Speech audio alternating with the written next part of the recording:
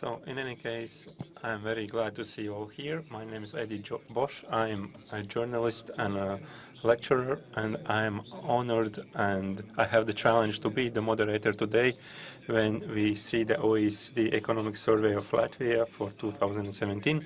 Before we start, as you can see, we don't have much time and we don't have much space, so it's important to proceed quickly. Therefore, I will inform you right away that our event is split in two parts. And it's important to remember this. In the first part, we will listen to the Secretary General of OECD and the Ministry of Economics, and then our colleagues will have the opportunity to ask questions, so it will be a sort of a press conference. So I would like to invite my colleagues from the mass media to ask questions right after the speech, because the Secretary General at the latest at 10:50 has to leave us. But that does not mean that we will finish our meeting. When we will have finished with the first part, there will be a second part for experts and sector leaders to talk about the survey with the OECD people and representatives from the ministries and the government of Latvia. So this event will be held in Latvian and English. Simultaneous interpretation is provided. And now I switch to English. This is not your first visit here, but let me nevertheless introduce you to the audience very briefly. Angel Gurria is economist by training. He has had a distinguished career in the Mexican government, serving as Secretary of Finance and Secretary of Foreign Affairs, and since 2006 he has been the Secretary General of OECD and will continue serving in that position at least until 2021, as I understand, when your current term expires. Mr. Gurria comes to Riga straight from China, as I understand, which is very fitting, because China is almost as impressive an economic powerhouse as Latvia. Almost. Okay, great. So, Mr. Gurria, the floor is yours. I think it would be great if you could take the podium right there for your remarks. Thank you very much. With your permission, Deputy Prime Minister. Yep.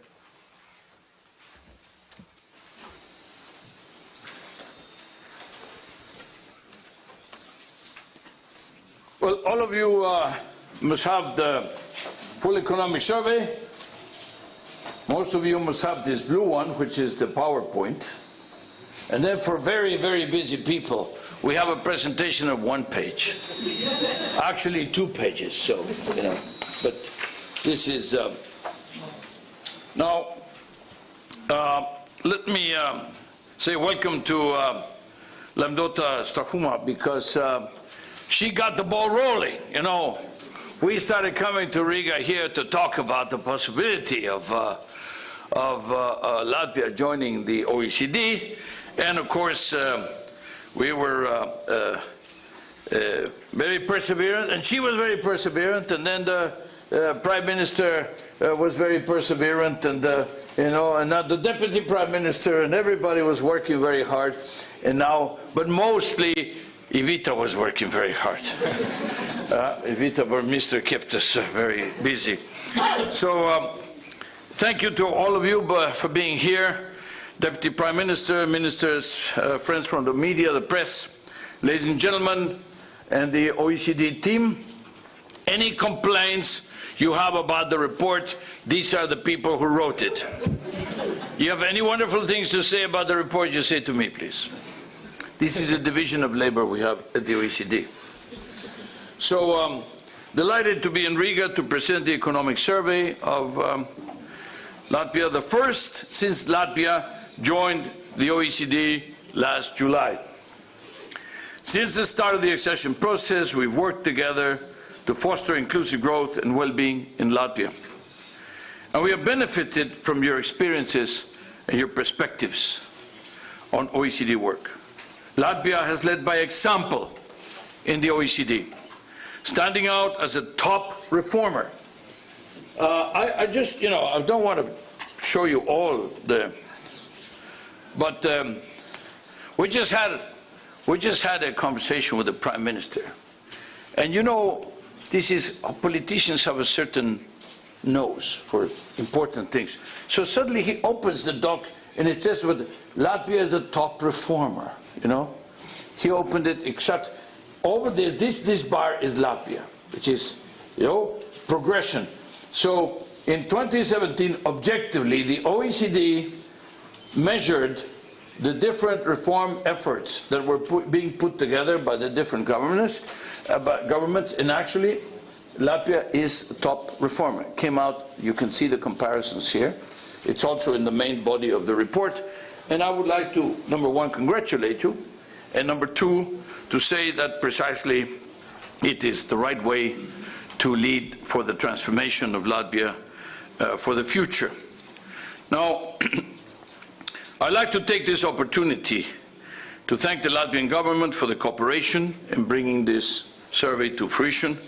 Also, I'd like to thank the Deputy Prime Minister Asira Dens for hosting today's launch, and also for leading us through the work that we're doing now. Latvia has been recovering steadily from the difficult years of the crisis. The OECD expects GDP growth to strengthen from around 2% in last year to more than 4% this year and next. That means, you know, you're talking about 4%, that's about twice the speed of growth of the euro area forecast. So, not bad. Fueled by this growth, per capita real GDP is now above the pre-crisis peak. So now we are back, despite the challenging international environment. The government budget was in balance in 2016, no deficit.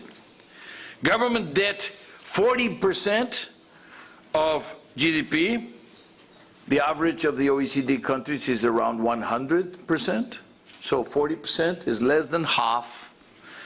Well, you know the arithmetic, but I like to say it like that because it sounds so good. Huh?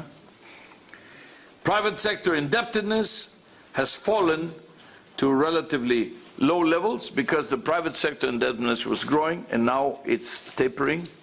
Financial market confidence is strong.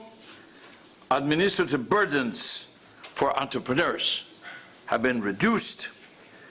The efficiency of the judiciary has been enhanced, and efforts to boost tax revenue collection have borne some fruit. All of these are impressive achievements. And by the way, of course, the very recent tax reform is of very great consequence for these purposes and for the better allocation of resources. However, Latvia continues to face important challenges. The question of reform never stops. We like to say that reform is not something you start and you finish, but that reform is like a state of mind, you know. It's a way of life. You always have to be working on the next reform, on the next reform. Then you start reforming the reform of 3 or 4 years ago because things change. So you have to adapt. No? And always, you don't always get it right the first time.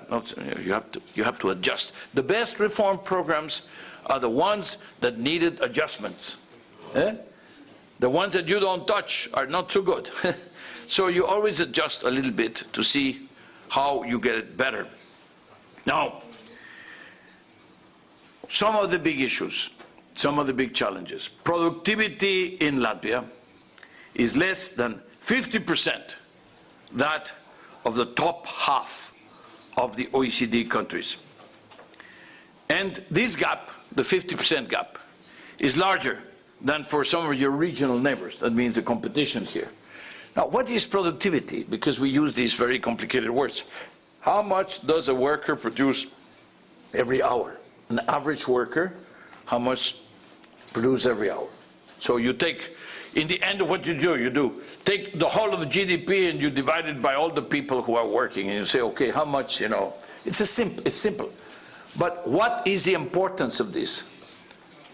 that the only way to grow the economy, especially in an economy that does not have, that is aging and that sometimes is actually losing some of the workforce because they emigrate, the only way to grow the economy is by increasing the productivity. It means to be producing more per hour, per day, per week, per month, per year by every worker. That's also the better way of increasing the wages of the workers. But you can only increase the wages of the workers if they produce more. Otherwise, the companies would go bankrupt.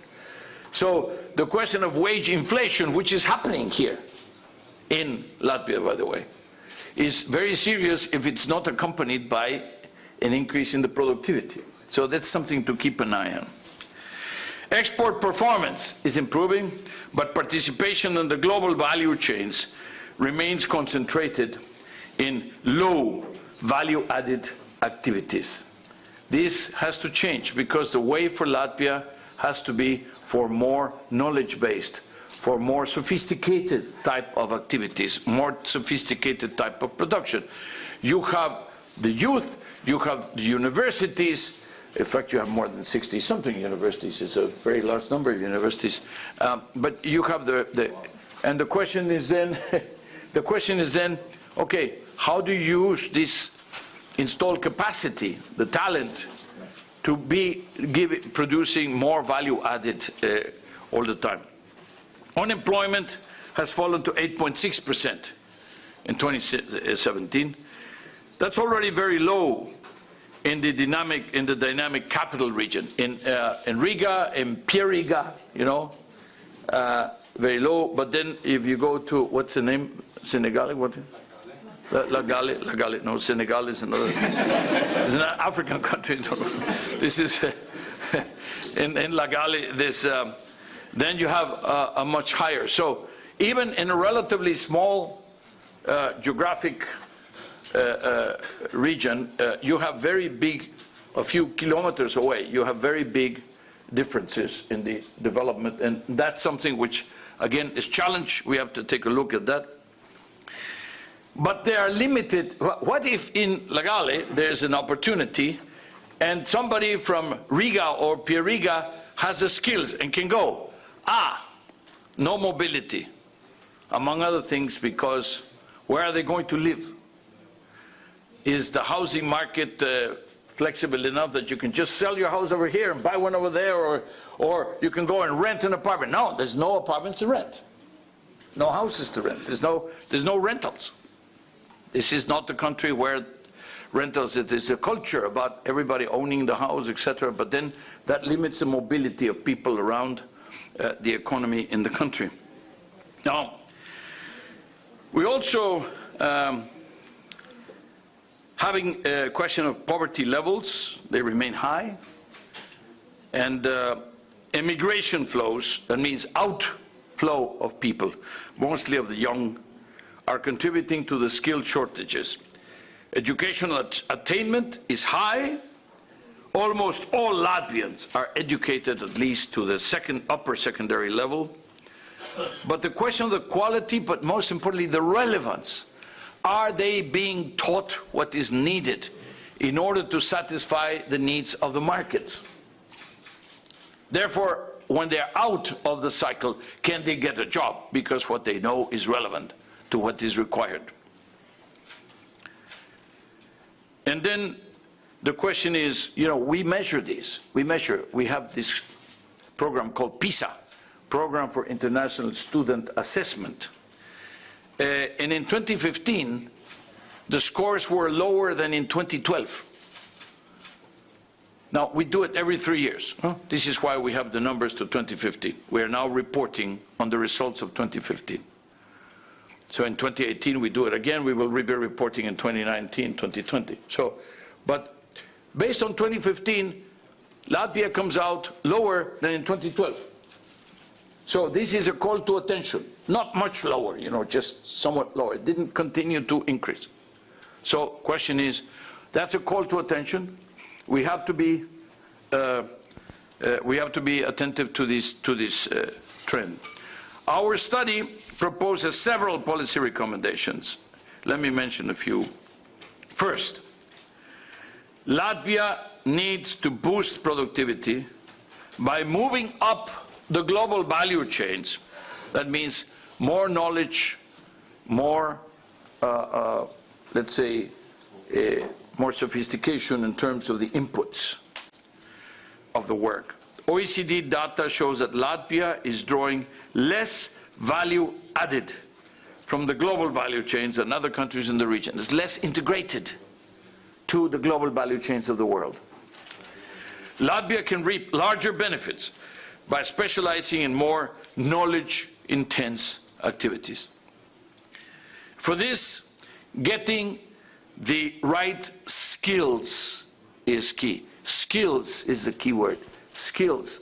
Skilling, reskilling, that means learning, making people learn things that are different from the ones they know today, or upskilling, which means going to a higher level of learning within the area in which you are specialized. So skilling, reskilling, upskilling, everything that has to do with the skills is absolutely crucial.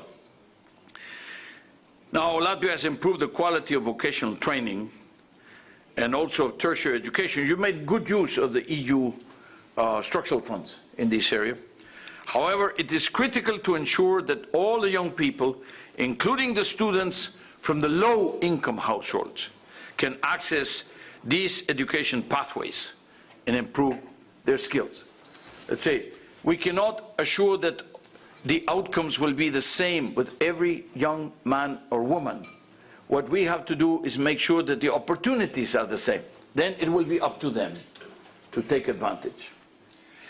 Innovation, that's another driver of productivity growth, essential in capturing higher value added from global value chain participation. However, Latvia invested only 0.6%, less than 1% of the GDP in research and development. Now, in the OECD, the number is 4 times higher, 2.4. Sweden is probably 3.5. Korea is 4%. So the gap is growing every year, with the neighbors, with the OECD, with the Euro area, and of course with the leaders. So, I mean, I come from a country like Mexico where we have the same problem. The 0.6 is probably around the same, 0.6, 0.7. The gap is just growing all the time. So, very crucial. Here in Latvia, less than one-fifth of product and process innovations are completely new to the market. That means what they call new is not so new. Most is already known. So you have very little that is really new in terms of revolutionizing the production system. Latvia has undertaken several policy initiatives to boost innovation and cooperation between businesses and research institutions, including in the international context. This is welcome, but our survey recommends that these be evaluated better to identify which ones work better and do some consolidation of these types of efforts. Latvia also needs to boost inclusive growth by improving access to health services and affordable quality housing. Few households rent their home. This reduces labor mobility, as I mentioned a moment ago, and contributes to high unemployment in some regions. The survey recommends improving legal certainty to help the landlords and the tenants rely more on formal rental contracts. Increased public funding for low-cost rented housing in areas where there are expanding employment opportunities would improve the job possibilities for the unemployed and also for the poorest. Affordable quality health care, we move to another chapter of the life in Latvia, is also vital for fostering well-being and inclusive growth. Life expectancy has risen in Latvia, but the gap in the health status between the rich and the poor is among the highest at the OECD. That means the expectancy has risen on average and in general, but the life expectancy and the health situation as declared by themselves. We have, this is the result of research, not intuitive. Between the rich and the poor is very wide, almost 30%. So you can see this is also not only how people are objectively, but also how the people feel. And it's important that you have this gap in how people feel. Poor health outcomes and limited access to care undermines inclusion, the inclusiveness. It undermines employment, undermines growth. Now, according to the Ministry of Health, it is estimated that around 7% of the labor force were out of work in 2015 because of illness, injury, or disability. Now, the survey recommends developing key service quality and performance indicators for the healthcare providers. We say that if you cannot measure it, you cannot manage it. So we recommend a number of indicators. This is not rocket science. Huh? There are well-proven ways of doing this. Just the question is of adopting the indicators and then constantly practicing with the indicators, filling in the questionnaires constantly. You're just providing a central service and providing the authorities with the information so that the authorities can actually then get the conclusions and then elaborate policy changes. Let me address a relatively complex issue. And I say this to you with a great strong feeling, because this, in the graph, Latvia and Mexico are in the same level. Unfortunately, they are at the end of the graph. The question is recommendations to improve the access to healthcare by reducing out-of-pocket payments. That means how much of the service of care do people have to pay themselves rather than be paid universal cover, but be paid all the expenses. Well, this accounted 42% of national care spending in 2015. It's actually, together with Mexico, the highest across the OECD. So pretty close to half of the whole expense. And what is the result of this? Look at this number. 16% of the low-income population in Latvia reported foregoing needed medical examination for financial reasons. That means you needed the service, but you didn't go to the service because you could not afford it. That means it just makes the situation worse. So this is an area. Now, what's happening? We have just been informed by the Prime Minister that they are substantially increasing, about 21% or something like that in the last budget. 21% increase in the health services. This is a very good use of the budget. First of all, you have room in the budget because you have a very low debt. And second, you are targeting exactly the correct things because you see why it is necessary to increase the health. Now, people intuitively say, well, yes, of course, it's good to increase health. It's good to increase education. But it's good to increase everything. And you cannot increase everything. The question is, okay, what are the indicators? Where does it say that you probably need it most? So very good allocation of the budget, precisely to address a very strongly felt need by the population. Finally, the survey underlines the importance of using what we call fiscal policy to increase inclusive growth. Fiscal policy means how much money do you spend? Now, remember, you have one of the lowest debt to GDP ratios in the OECD. Improving access to education, to housing, to healthcare requires additional government spending. And while complying with the EU's fiscal rule, Latvia should make full use of the available fiscal space to fund structural reforms. Now, I'm not saying you go crazy, you just got spending, big deficit. No, we're talking about small, maybe 0.5% of GDP, maybe 1% of GDP. You have the lowest, or one of the lowest, debt to GDP. So that means there can be an effect of detonator.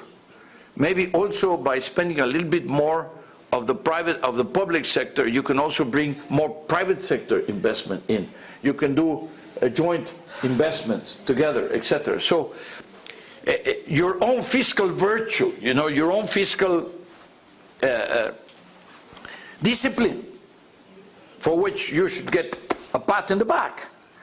This has created the space that you can use now in order to address some of these issues at a rather important moment, because the circumstances around you are not helping very much.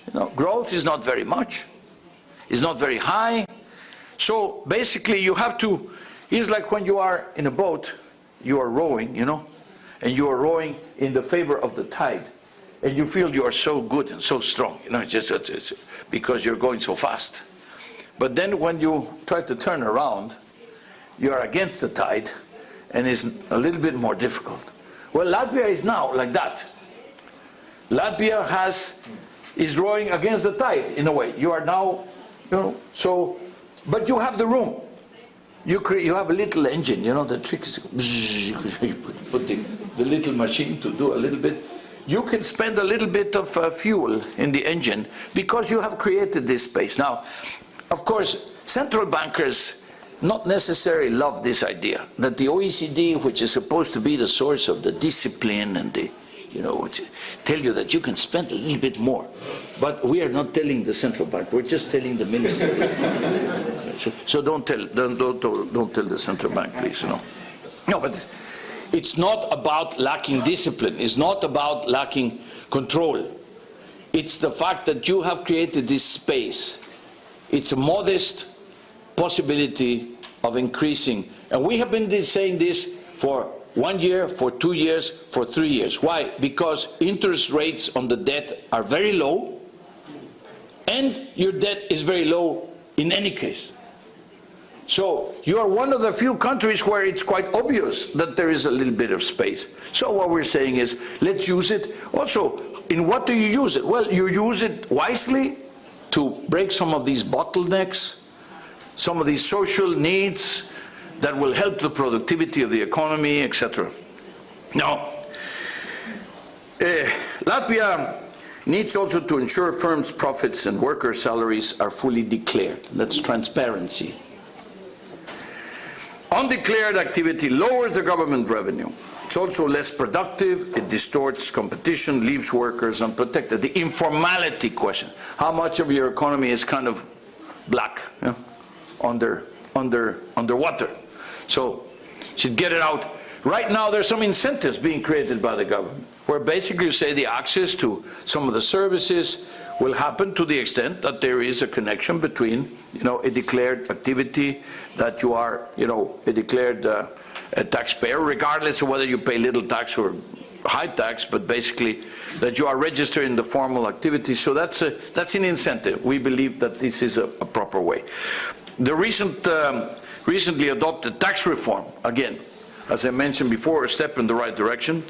It's reducing personal income tax rates and exempting corporations' retained profits from taxes. That means if you use, you reinvest, However, reducing the tax burden of low-paid workers even further. That means you already went some way in reducing the tax burden. It can go a little further to reach international levels. It also makes people have more money in the pocket to spend, but it also reduces poverty. So there's still some room. Again, you have the space to do this. It's a social thing, but it's also good economics. Not only good social, also good economics. So building on your achievements, Mr. Deputy Prime Minister, ladies and gentlemen, now is the time for a new generation of reforms to boost inclusive growth and put Latvia on a fast track to converge to the living standards of the OECD's best performers. We stand ready to support you and to work together with Latvia to design, develop, and deliver better policies for better lives. So thank you very much.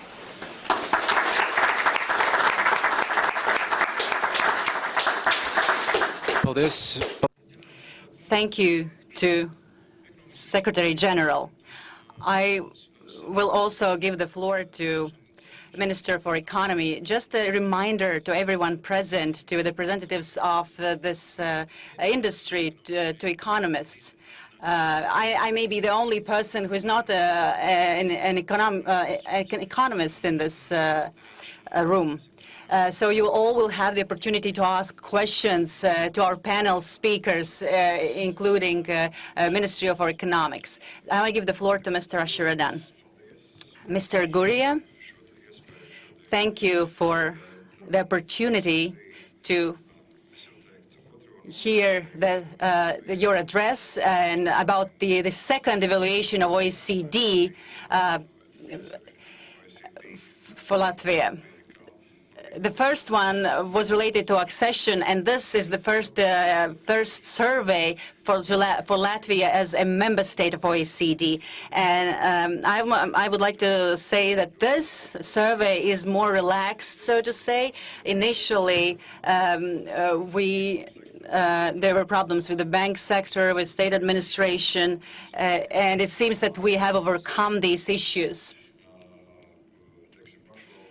Now we have to tackle the municipalities issue with regard to entrepreneurship. In any case, the situation has changed.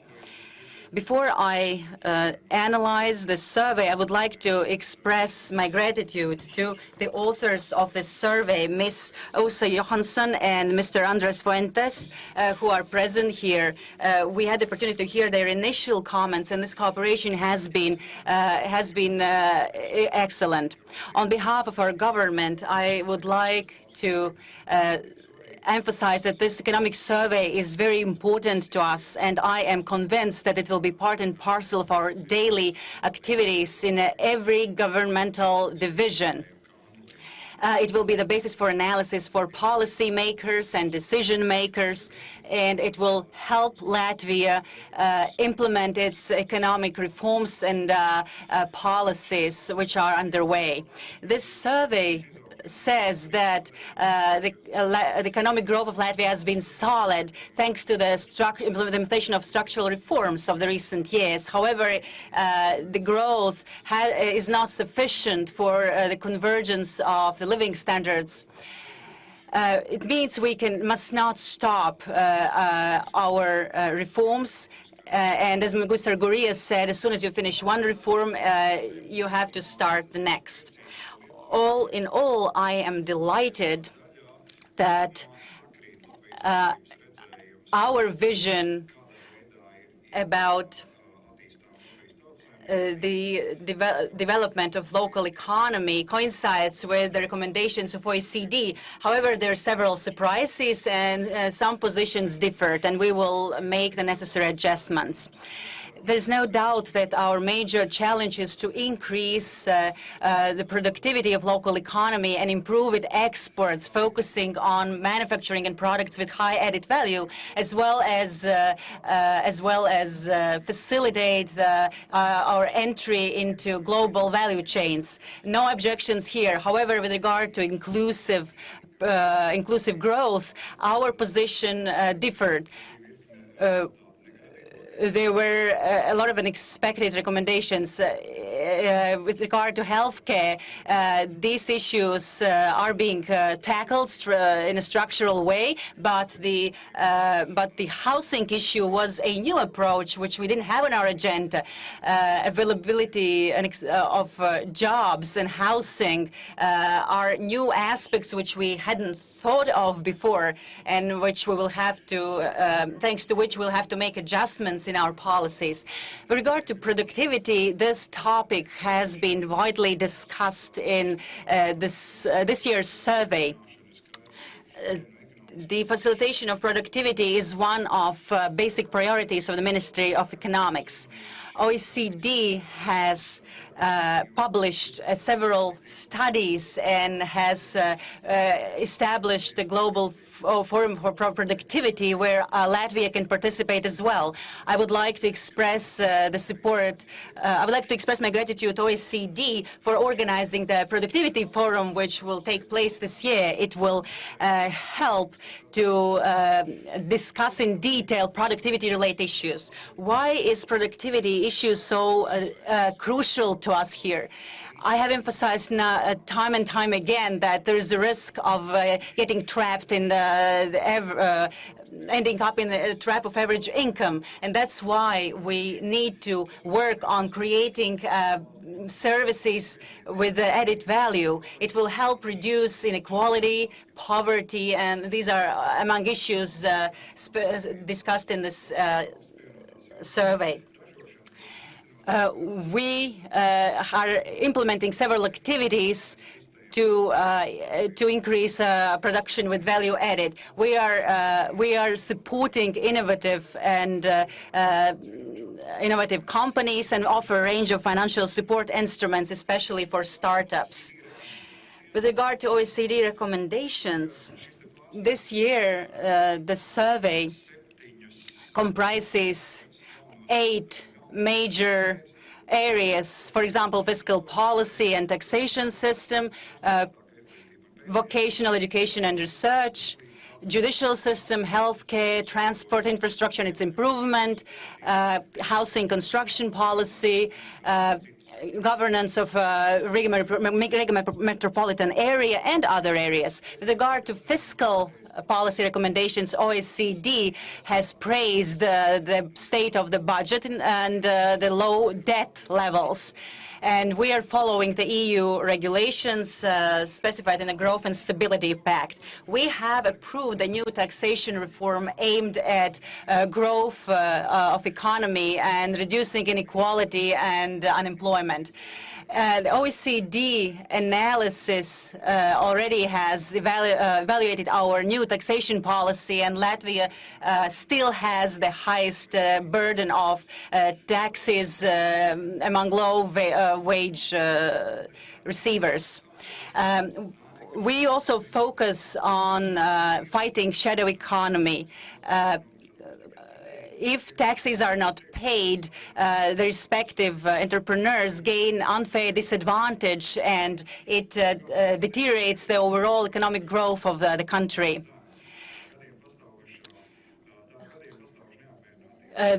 People have been dissatisfied with the education level for years, with the health care, with the substandard roads and insufficient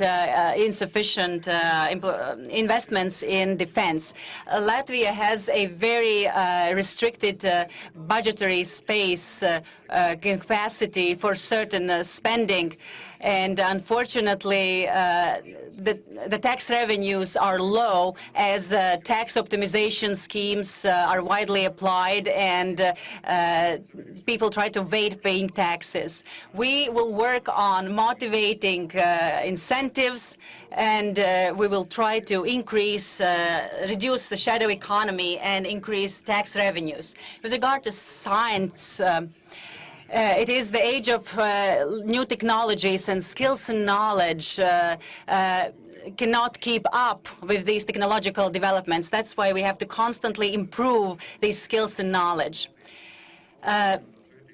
With regard to creating additional added value, it will not be possible without educating our human capital. This is why we implement reforms in the education system. We have approved a new model of financing tertiary education aimed at improving efficiency and quality. We have carried out consolidation of financial resources for education. And in order to ensure intergovernmental cooperation, in 2016 we established an employment committee or board with the participation of 3 ministries, including ours. So these ministries have agreed to facilitate lifelong learning, to improve the quality of the comprehensive education, to increase the number of students in STEM branches, and to improve the skills and employment opportunities for young people. The Employment Board has been focusing on creating an educational system which can adjust to the market needs. Latvia has one of the lowest rates of adult participation in educational activities. It must be admitted that it is caused by both low supply and low demand. We will be working on introducing new motivation mechanisms, and we will try to improve the involvement of all social involvement in all social levels. And we will try and facilitate the cooperation with the private sector. Recommendations for improvement of the judicial system. At the moment, we're carrying out active reforms in the judicial system, improving the specialization of judges, insolvency regime and the improvement thereof. We have introduced alternative dispute settlement procedures like arbitration and mediation. We have seen very positive results in fighting economic crime, and it is an important stimulus for the economic environment to believe in its government that we are capable of fighting economic crime, which is the basis for a shadow economy. With regard to housing policy, it is high on OECD's agenda, and I agree with OECD's recommendation that we have to improve the availability of housing by improving rental market and simplifying building permit issuance process and several other measures which will help our citizens to find a living space closer to the place where they have job opportunities instead of getting stuck somewhere where the job opportunities are scarce. Furthermore, Latvia is continuing the support program for families with children to aid them, to provide additional funding and so that they can purchase their own accommodation. And it is part of our housing policy. This topic hasn't been discussed widely in the public environment, and I believe that after this economic survey, we'll have to discuss this more, as it will facilitate the development of human capital, the job market, and will have a positive impact on the productivity of local economy. With regard to healthcare, it has been a hot topic in Latvia lately. I agree to all OECD's recommendations about reducing direct payments, patients' direct payments, and to improve the overall service indicators, service performance indicators. In order to address this issue, the healthcare industry is trying to improve the availability of healthcare services and to improve their efficiency. We are planning to allocate an additional funding and to introduce a new evaluation system, quality evaluation system. There is a new recommendation with regard to the improvement of the governance of the Riga metropolitan area, and it comprises an extensive analysis of potential development of the Riga metropolitan area. It could be as an important stepping stone for changing policies, our incumbent policies.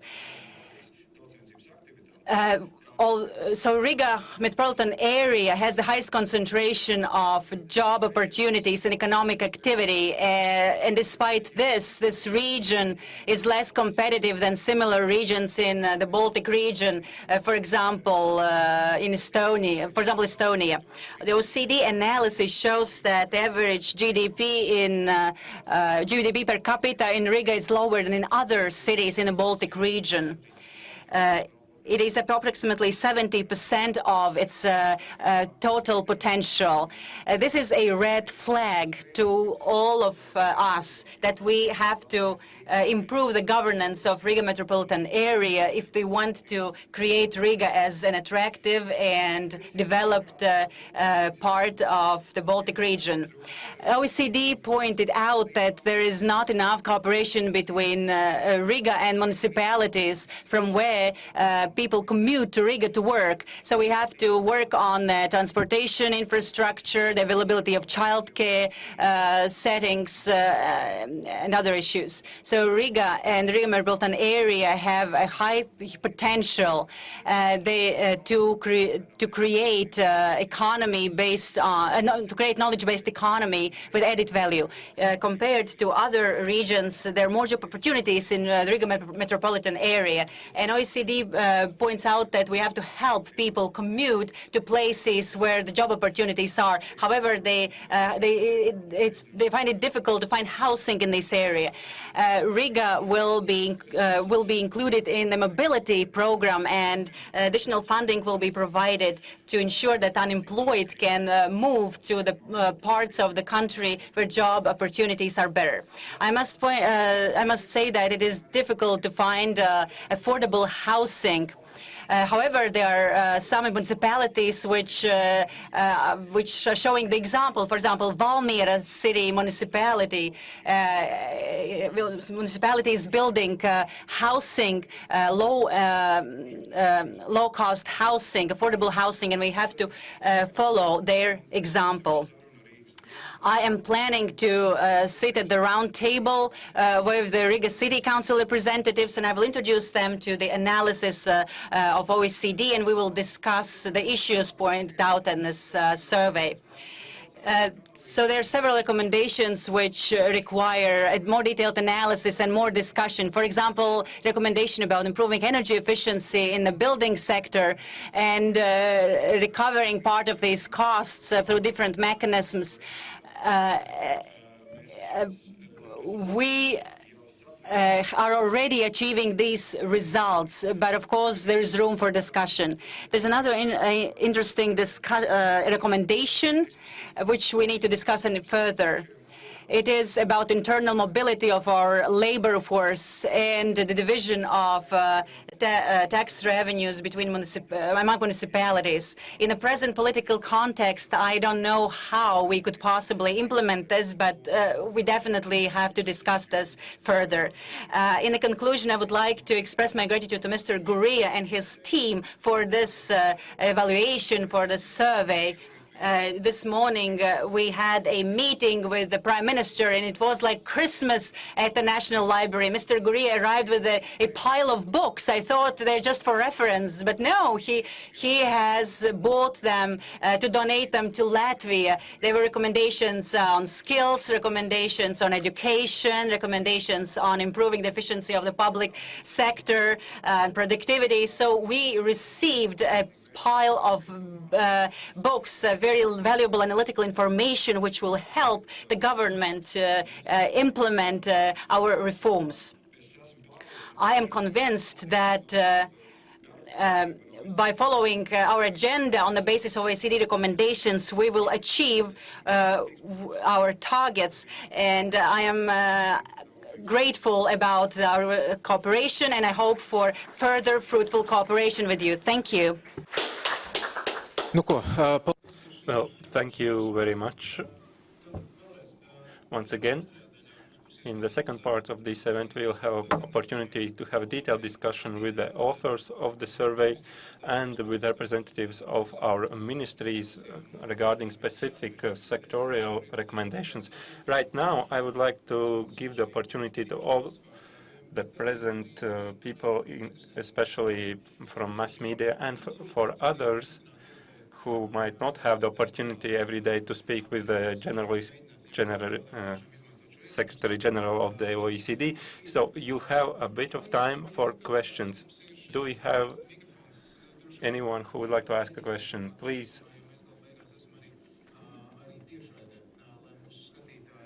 Use the microphone to ask your question in order for our viewers to be able to hear you. Yes, a question right here. Should. Thank you. Eugenia, there is registered in the University of Ekonomikas, European Studies. We have had several reviews on Latvian economy.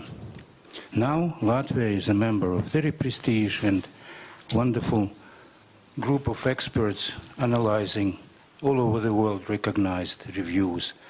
And it's time now to look precisely at what Latvian economy should look like in the coming years. So now we have at least a scientific background with the help of OECD for Latvian government to go on.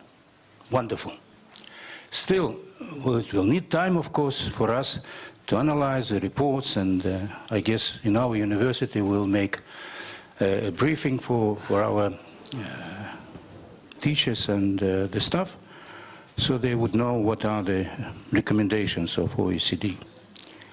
The only question is, still, what should be the economy sector in Latvia that would drive the growing force in the coming years? Out of presently 8, I guess, main spheres of economic development in Latvia, it's still agriculture, it's still forests, it's still something that is not actually on the line with global development perspectives. If we look at the EU, at least EU 2020 strategy, we can see already the main directives on the economic development.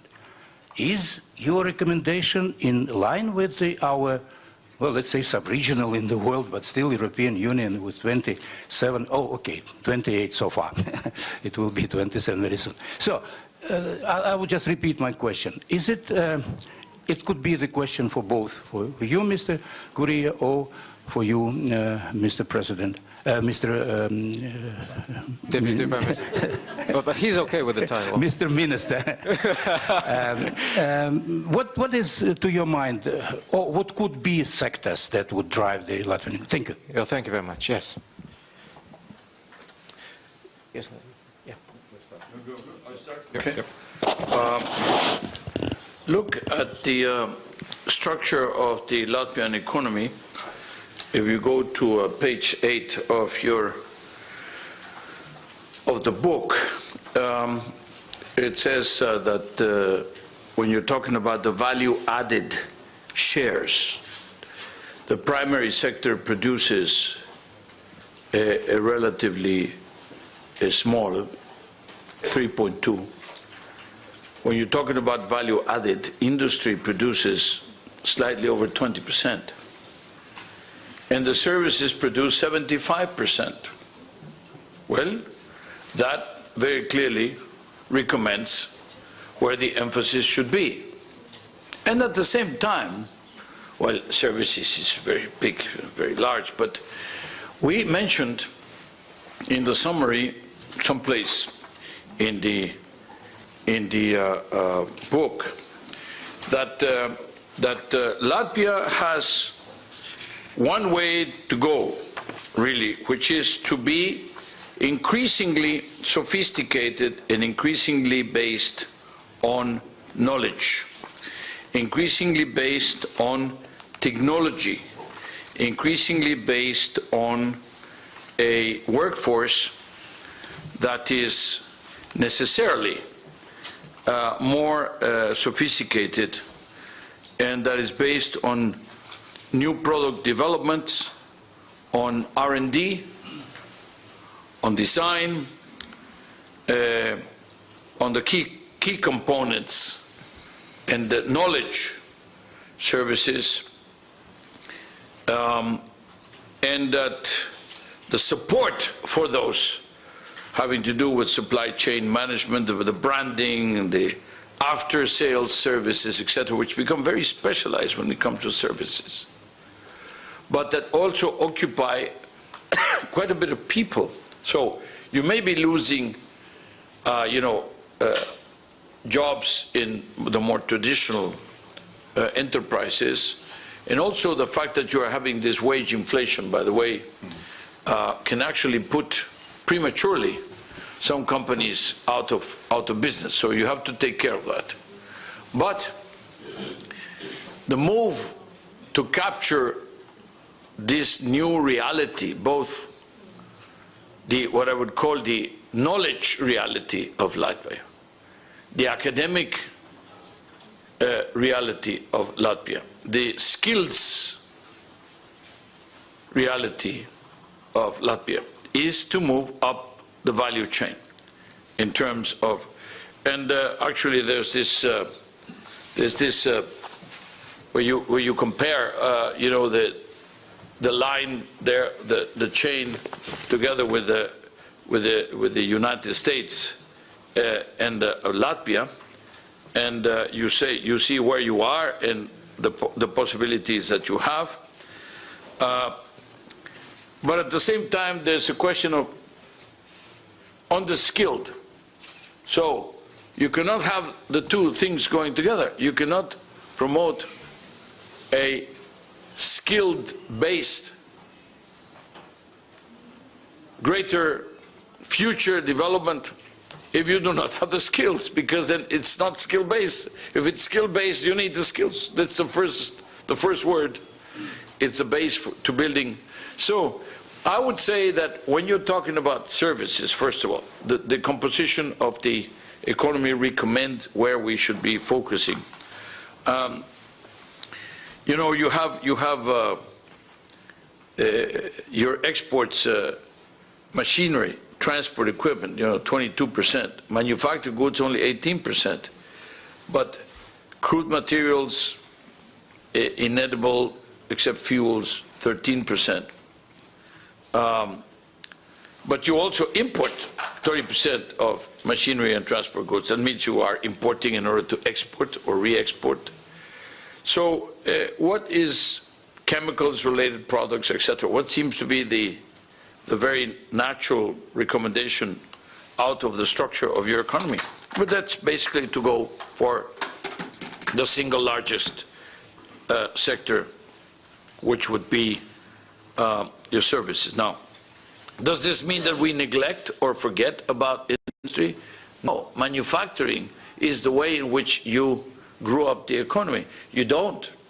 What you do is you apply technology to manufacturing. Do you forget about agriculture? No. You apply the latest, greatest possible technology to do what? In agriculture, increase productivity. In manufacturing, increase productivity. And in the services, increase productivity. Why do I say this? You think the Germans export cars? They don't export cars.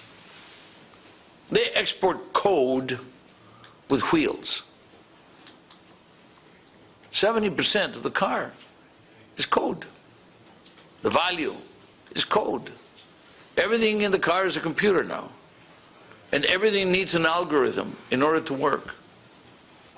So what you have is a bunch of algorithms and a computer. And then you put a little bit of sheet metal, some levers and some connections made of steel. And that's it. You got a car. So this is a kind of world in which you're connecting.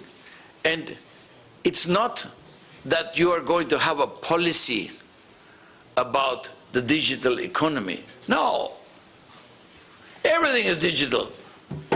Now what you have to do is to go digital in order to be up to speed with what is going on in the world economy. So it's not about the digital economy, but about an economy which is digitalized. So this is, this is a little bit of maybe some, I would call it perhaps obvious, maybe sometimes common sense recommendation, but like the Deputy Prime Minister said, sometimes we forget some elements which are pretty basic, like the question of mobility or rents, for example. We never think that this could be a constraint on the future growth, and suddenly you realize that it does, that there's something there that does not allow the mobility inside the country, even in small, short distances, etc. So, sorry for the long answer, but this is a... Yeah. Thank you for the question, and that's crucial for our economy. I would say our composition right now is changing dramatically, and at quite early stage to say what it will be in coming future. If we speak from perspective of productivity, and I will use figures where we comparing let's say average productivity with Europe average, then I would say well, where we feel on safe side, that is of course forestry and wood. Yeah, our productivity levels is 70% of Europe average. Then we can speak about non-metallic minerals production. It's glass fiber and cement production. Then air cargo is very productive logistics, and that's a very fast-growing industry, which is where we see and where we'll see in the development. And last is very interesting is tourism service, that is growing by 7% on an annual basis, and where we see very good development figures. Then where we have headaches, that is of course in service sector, that is ICT sector. And if we compare productivity level with Europe average, then that's yours. Oh, I thought it was mine. Sorry, yeah. I didn't want to cut you off. Actually, it was quite inspired. Sorry. Then, of course, that is our, I would say, governmental headache, and I would say that's a university headache too. ICT sector productivity level is just 30 something, yeah. And that means if that is horizontal priority to develop that, we have to see more knowledge into ICT sector, yeah, because that it is about digitalization of manufacturing, digitalization of everything, and we're lacking a resource here. The deficit here we would calculate between 10 to 16,000 coders could be employed in Latvian economy on like this, yeah, and that is a fundamental problem.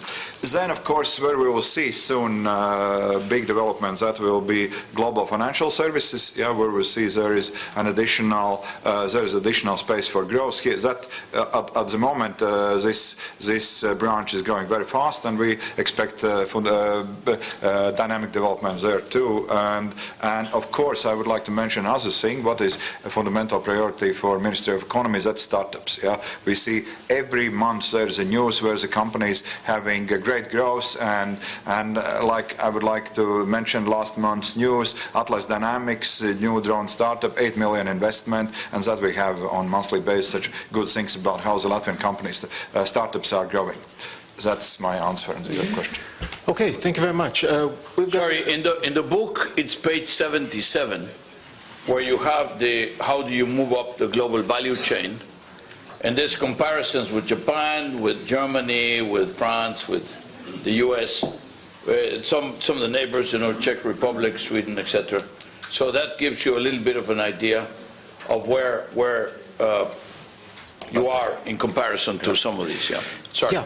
Lūdzu, Pauls, yeah. I have Paul Straucevs, I'm a journalist here. I have a question for Mr. Guria. There are people in Latvia who say that the main factor for competitiveness for a country is lower taxes, and that Latvia's main strategy for increasing competitiveness should be continuing to lower taxes. How would you comment this strategy?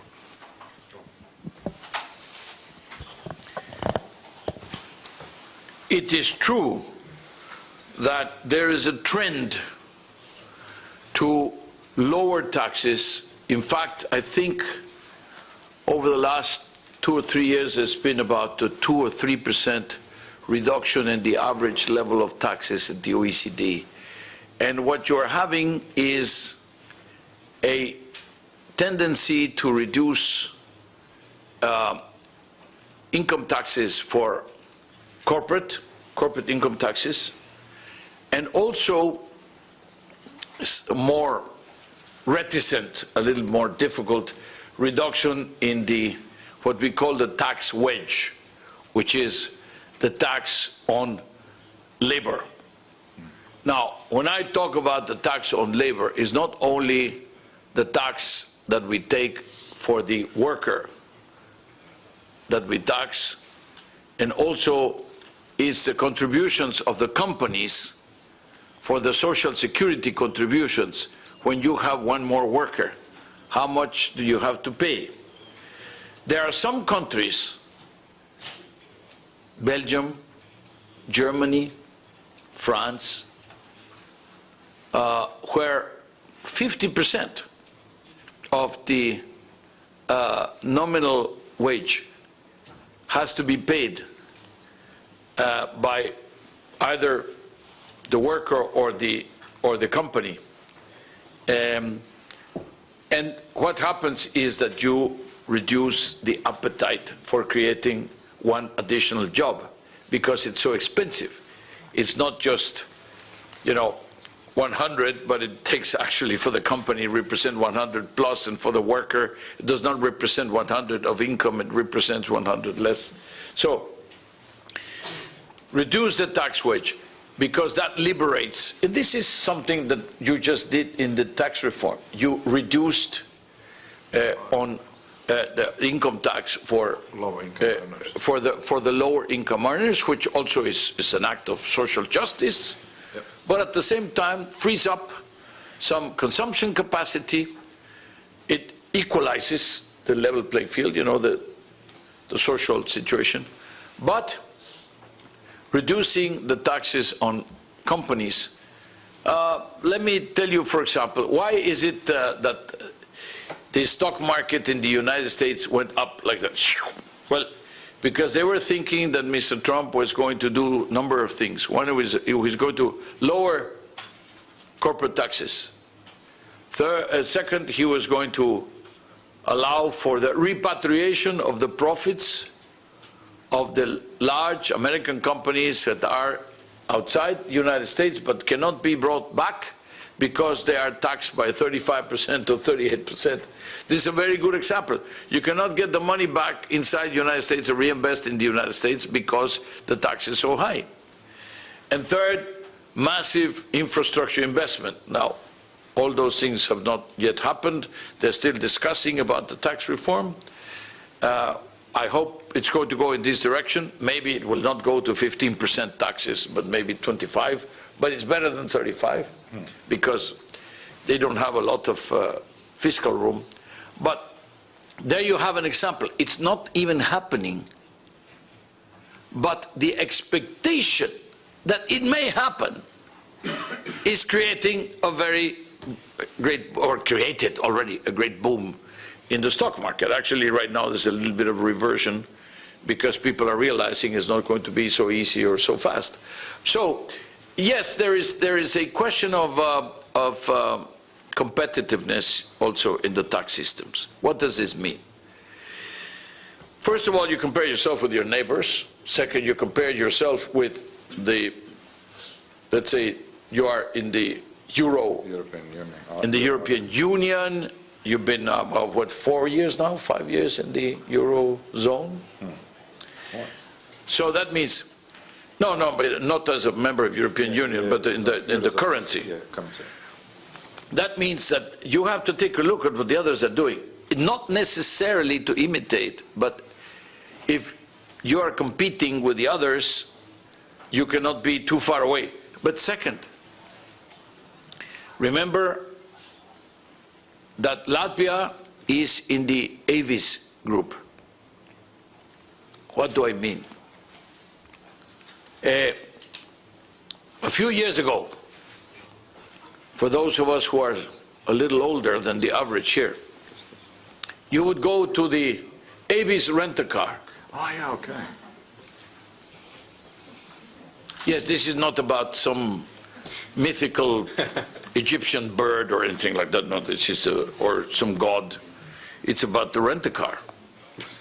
And you would go to the rent-a-car, and they have this big sign here, hanging, say, "We are number 2, so we try harder." Fantastic. So what happens?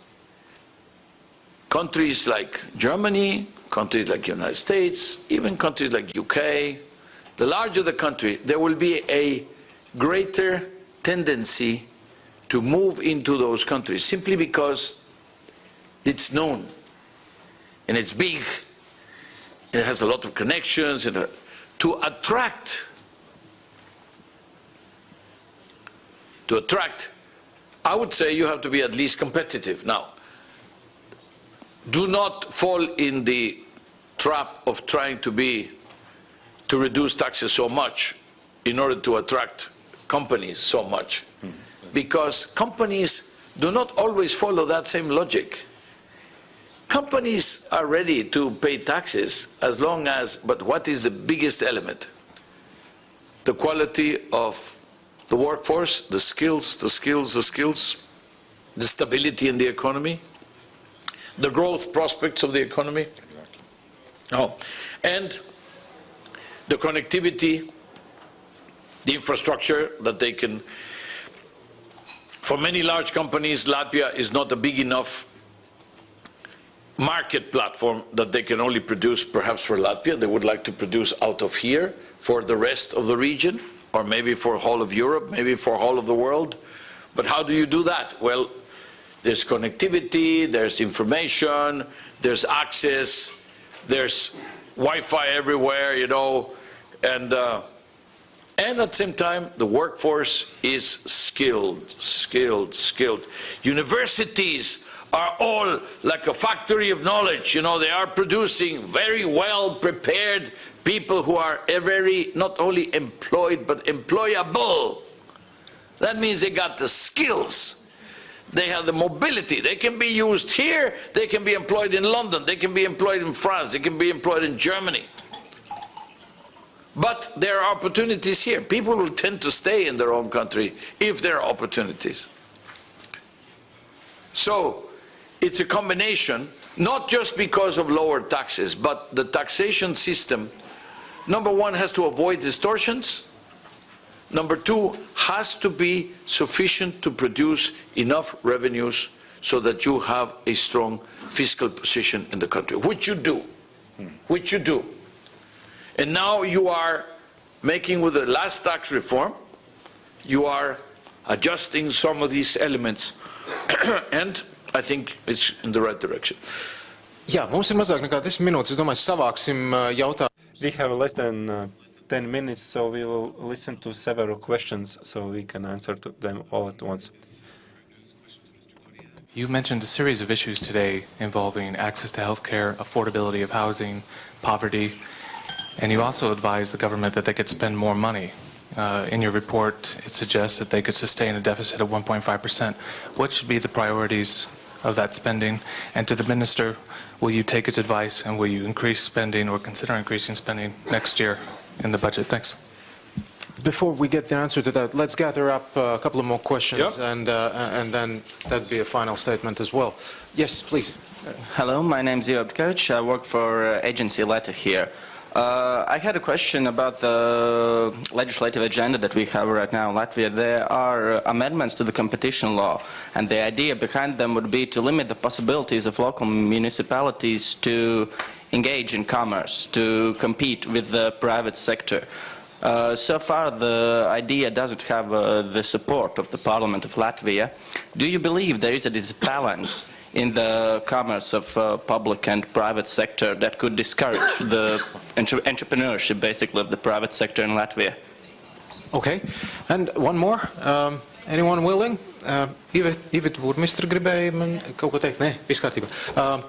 One more additional question, please. Yes. There was a nice chart on page 35 about the cost of pensions, and Latvia is by far and away the most expensive one for management of the second pillar pension system. Do you have any advice for Latvia of where they should set the ceiling on the cost for pension management services. Thank you. Okay. Okay, right, yes. We've got 5 minutes left, so Okay. answers to those questions and your final On the statement. question of the cost of the services, this is a question that has to do with competition and regulation. Competition is wonderful. Introduce as much competition as you can in the system for the management of the workers' savings for retirement. But if you don't have enough competition or you cannot generate enough competition, have a strong regulator who will be looking at what are the reasonable yields, the international comparisons, and avoid the fact that the workers sometimes with the very low yields of today, because interest rates are so low, and normally retirement funds are very conservative because you don't want to lose money, so you put a lot of fixed rate, but fixed rates are very low. Today 40% of the OECD's debt is trading at a negative rate. So yes, you need a strong regulator that will take a look at that. I had a discussion with that, with the minister, well, the deputy prime minister, with the prime minister, and they were telling me precisely that they're looking at this issue. And frankly, well, I think it's good. It shows that you have a problem. Again, I'm very familiar. I was finance minister in Mexico. We launched these pension funds, systems, etc., and then we had this problem of gouging. Because in Mexico there was a lot of competition, but there was a kind of cartelization. They were very happy to be talking to each other, and then to be saying, and we, of course, we forced them, and we came down. They were howling, they were all complaining, but in the end they brought it down. You know, it would be paradoxical in a low interest rate scenario that suddenly you get a very low yield on your savings, and at the same time that you're paying very high commission, because then at the end you put 100 in the beginning of the year and you end up with 99 at the end of the year. I mean, that's obviously completely against any logic with any retirement fund. So it's a question of enforcement of the regulator has to do the job. What are my priorities? Well, you mentioned health, housing, education, skills. I would say they are precisely the ones that we mentioned in terms of the big sectors, the broad sectors that can give more productivity, and at the same time that can give. You see, it's not about only productivity and growth. It's not only about inclusiveness and redistribution. It's about the nexus between the two. The nexus between productivity and inclusiveness. Now, you say that's very theoretical. What is the nexus between productivity and inclusiveness? Well, take, for example, competition. Competition is fantastic for productivity, for growth, you know, more discovery, more innovation, etc., but also it lowers prices. The consumer becomes a sovereign rather than the companies. And what happens when you don't have enough competition? The poor people suffer the most because they don't have choice. The rich people always find choice. They bring from outside, or they bring. But for the poor people, the basket of basic goods, if you do not have enough competition, is very bad. It costs 20, 30, 40% more. So competition is very important for productivity, but also for social justice and for inclusiveness. It's one of the things. Regulation that is flexible, that allows for this kind of, that's another element, you know. Skills. Skills is good for productivity, good for companies, also good for the worker, getting better wages, etc. So inclusiveness. So the nexus between productivity, inclusiveness is the key. A detonator, investment. Well, investment is neutral. How do you use investment? For what do you use investment? It can do this connection between productivity and inclusiveness. So I would say these are, you mentioned themselves. And then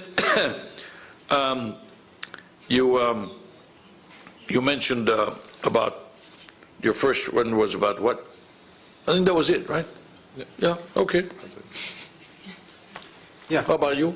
There was one about legislation, about the municipalities engaging in commerce, and I was quite intrigued. So you want to comment on that? Because there's legislation in place, or proposed legislation.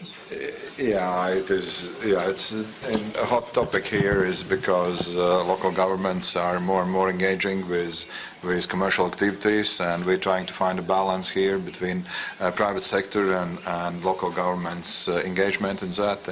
And of course, this there is quite strong lobby of local governments in Parliament, and we have difficulties to find a legislative balance there with at least to introduce a neutrality principle where should we balance interests of both sides. Let me just make a general comment. Authorities are better regulators than they are business operators. You know this very well. You have been operating and owning business for a long time here. Yeah. And now you are gradually, leaving the ownership in the private sector, which is quite good. That's the way to do it. Also because otherwise the state has to invest, spend, or be condemned to obsolescence. If you're not investing constantly and upgrading, updating, if you're an entrepreneur, you're an entrepreneur. You cannot suddenly improvise a mayor who is becoming a businessman, You can have businessmen who become mayors. It's very difficult to have a mayor become a businessman. So, but sometimes happens. Yeah, well, yes, they try. So, the role, I think there's a role for everybody here. And it's better not to confuse. Let everybody do their own role.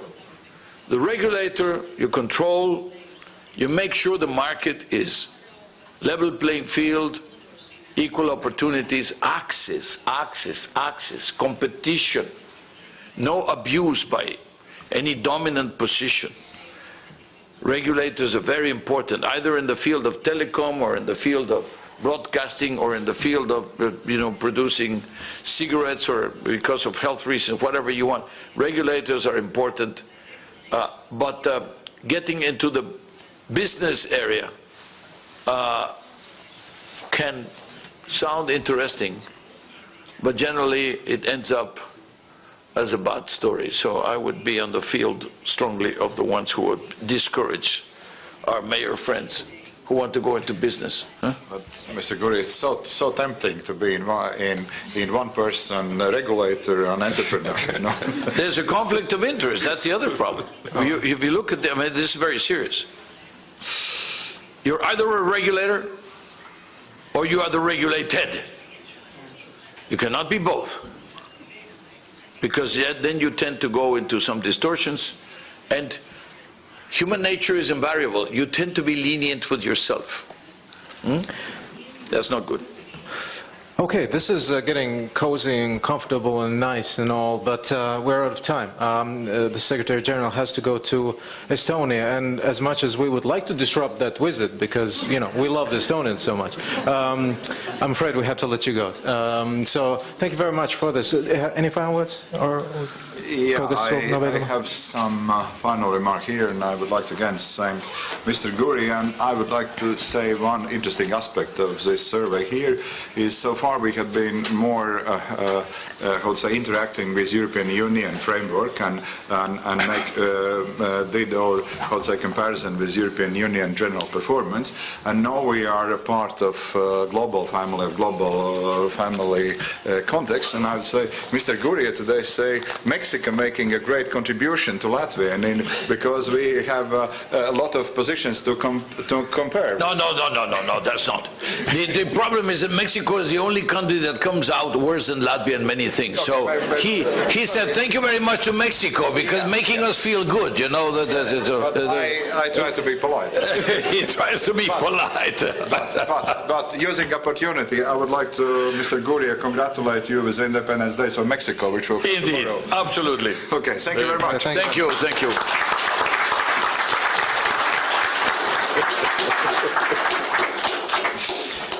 Labi, paldies. Nedaudz pārkārtojumu. Tie, kuriem pavisam noteikti ir jāsteidzas prom, tie acīm redzot. Let's reshuffle, regroup. Those who have to leave, feel free to do that. If you want to continue our discussion, then stay in the room. We will discuss the survey, the book. So industry representatives, everyone interested, you're welcome to stay in the room. And please come forwards to the... Let's occupy the first row. So a short technical break, and then we resume.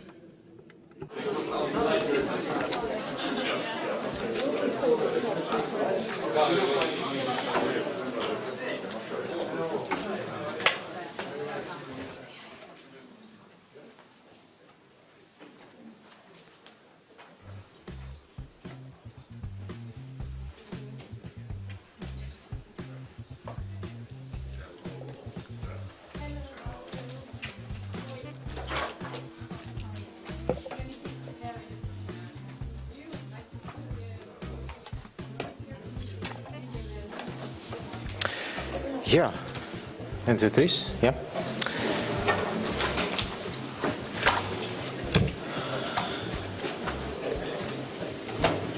Beidzot, visiem ir vieta. Tad, varbūt kāds, ja ir ērti, var droši tev uz priekšu pārvietoties, ja būs vēlēšanās, ir īpaši iesaistīties diskusijās.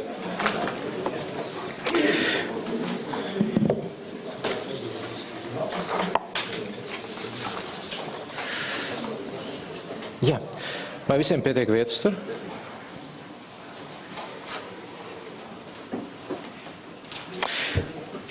Nu ko? So then, we will start the second part of our event. I will remind you about the agenda. We have 1 hour. At 12 o'clock, we have to leave the room.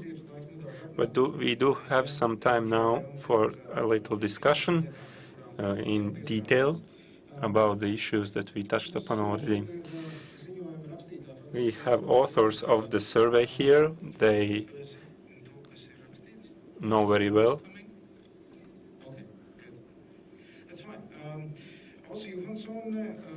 Åsa Johansson,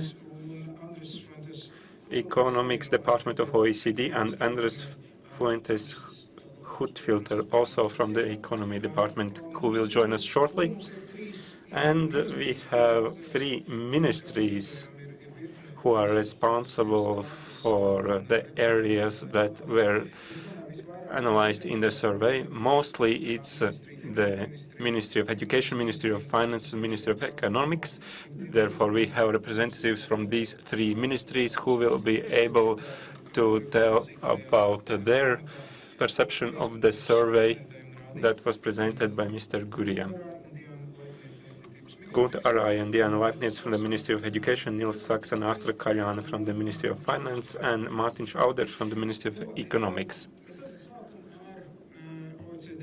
We will start with experts from the OECD with a detailed presentation of the survey.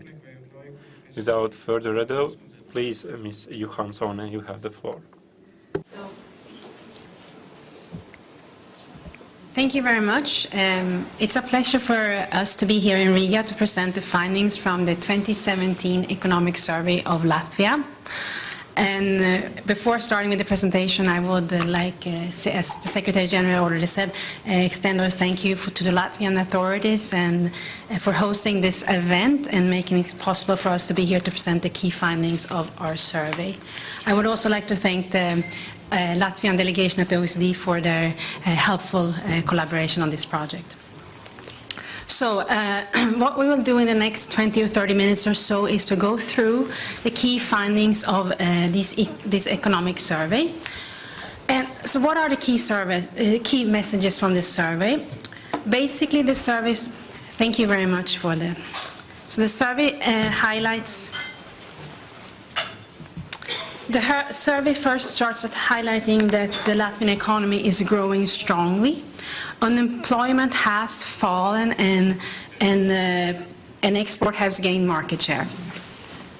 At the same time, we have also seen that public finances are sound and debt has come down, and it's at low level at 40%, which is low in the international comparison. And this strong performance has been underpinned by progress on structural reform. And as the Secretary General already showed you, Latvia stands out as one of the top reformers on structural reforms in our OECD Going for Growth recommendations. And in this area, we talk about reforms in a number of areas, such as productivity. Sorry, I forgot to change my slide. As you can see, this nice figure that Latvia comes out. Also in areas of education, judicial reforms, and also in labor market policies. So basically, the survey has two broad areas of interest that we highlight. And it's first a challenge that we call the productivity challenge. And the second is a well-being challenge. And the productivity challenge is surrounding the fact that productivity growth has declined, and at the level of productivity there's a large gap to best performing economies. And the survey highlights a number of factors that may lay behind this, such as weak innovative activities, rather sizable informal activities that can weigh on productivity, also better integration into global value chains, and also some shortages in infrastructure. The second challenge is the well-being and poverty channel, which we here highlight that poverty stands at very high levels in the Latvia as compared to many other OECD countries. And this points to policy challenges in these areas. So before going into all of the details of the recommendations that we have in the survey, I will hand over to Andres Fuentes, who is the head of the Latvia desk, and it's the true expert, and he's one of the key authors of this report. So thank you very much for your attention, and afterwards we're very happy to take questions and interact with the panel on this interesting topic. Thank you. So you are the guys who can be criticized, right? We are the guys who can be criticized. As opposed to the Secretary General. Okay, yes. Good. So, but now that the Secretary General is gone, you may also praise us if you want, okay. But it is your choice. Yes, so as Asa was saying, Latvia is one of the is the top reformer in our last assessment of progress with structural reforms across OECD countries. And some of the reforms undertaken in Latvia that have contributed to this are reforms of the business environment, reforms of corporate governance in state-owned enterprises, reductions in administrative barriers to entrepreneurship, and education reforms, reforms of tertiary education and consolidation of research institutions. These are some of the areas that have contributed to this strong performance in progress with structural reform. There are also some tax reductions for low-pay workers.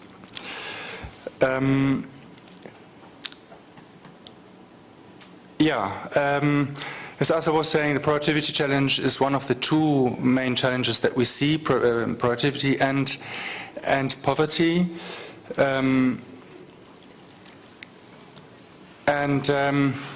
If we look at productivity performance as it has evolved over time, this chart shows what it looks like. It shows the percentage gap in GDP per capita levels relative to the top half of OECD countries.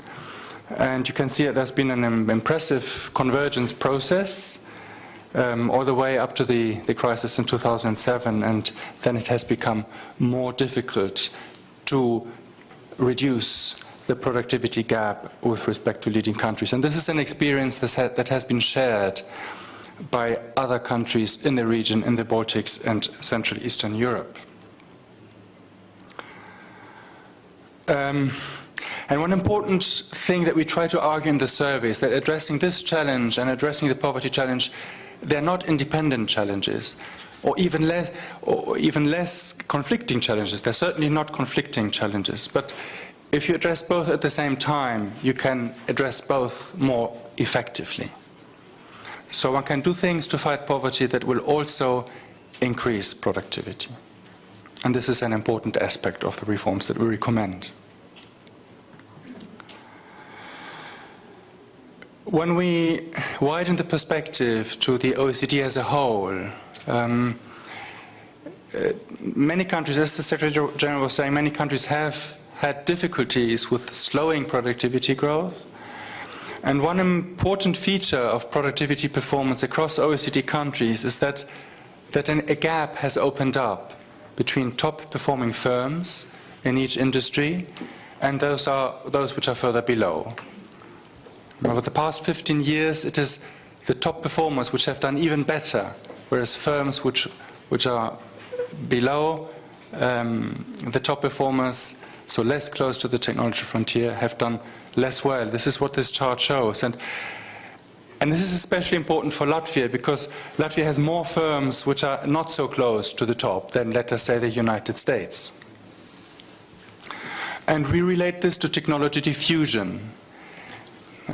Policies which succeed to diffuse technologies to firms which are below the top performers, will help to close the gap and make bigger productivity gains and therefore bigger gains in living standards.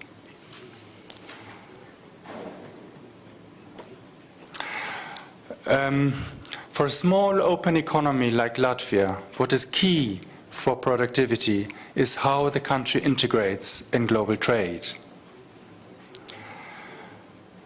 And here we have lots of statistics at the OECD always, and we also try to measure how well economies are integrated in the global economy, in global value chains, in the supply chains which, for the production of one product, often stretch over several countries.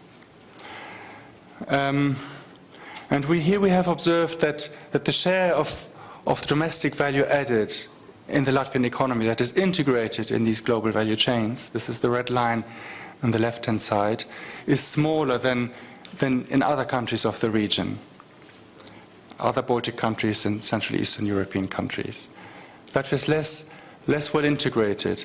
And one reason is that it is specialized in sectors which produce less value added, which are less knowledge intensive. And this is what the right-hand side chart shows. Latvia is integrated in global value added chains, not so much in manufacturing, which is the blue part of the bar, and more so in transport and storage. This reflects transit transport, especially from Russia, and less in services outside transport, less in professional services, less in marketing services, for example. This is the orange part of these bars, less than in Estonia. But we've also observed in our work that within each sector, Latvia also specializes in activities that are less value added. So less in marketing, less in product development. And we have also seen that fewer workers in the Latvian economy are engaged in activities that are integrated in these value chains than, for example, in Estonia.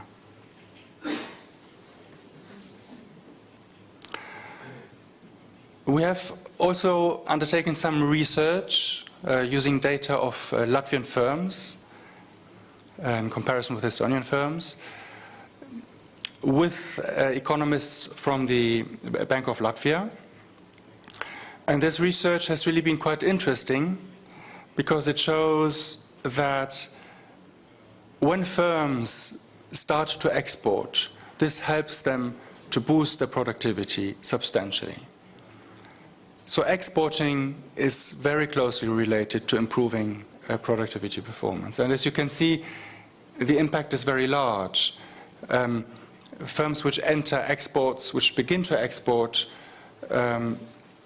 achieve productivity gains of above 20%. And these firms also increase their employment levels and the wages.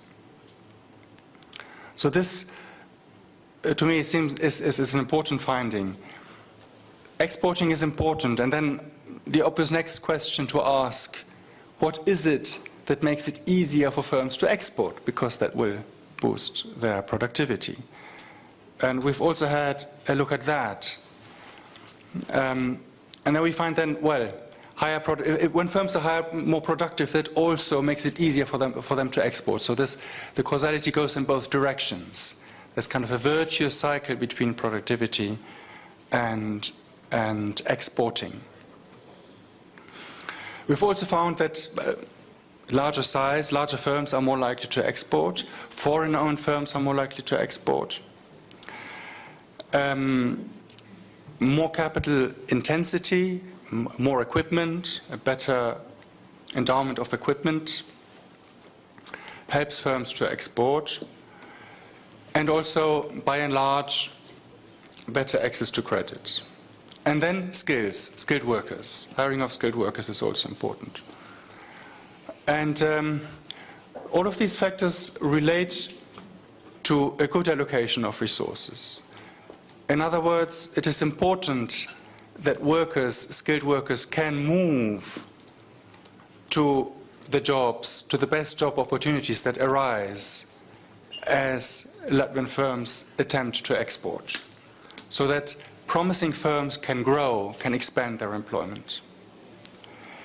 It is important that promising young firms can grow with the help of access to credit, that bank loans are available to them. And indeed, this relates to research that we have done for all OECD countries, that an effective allocation of resources to best use is very important for productivity performance. And that means better access of workers to good jobs and a good allocation of lending to those firms which have high growth potential.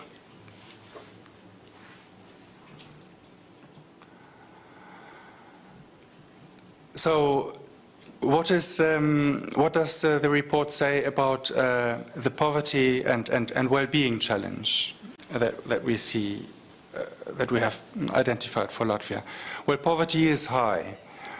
We observe that on a relative poverty measure, so households having an income below than 50% of the median. Well, in Latvia, there are many of these households. 16% of households are affected by poverty. This is considerably more than the OECD average of 11%, and quite a bit more than in other European countries that are shown here.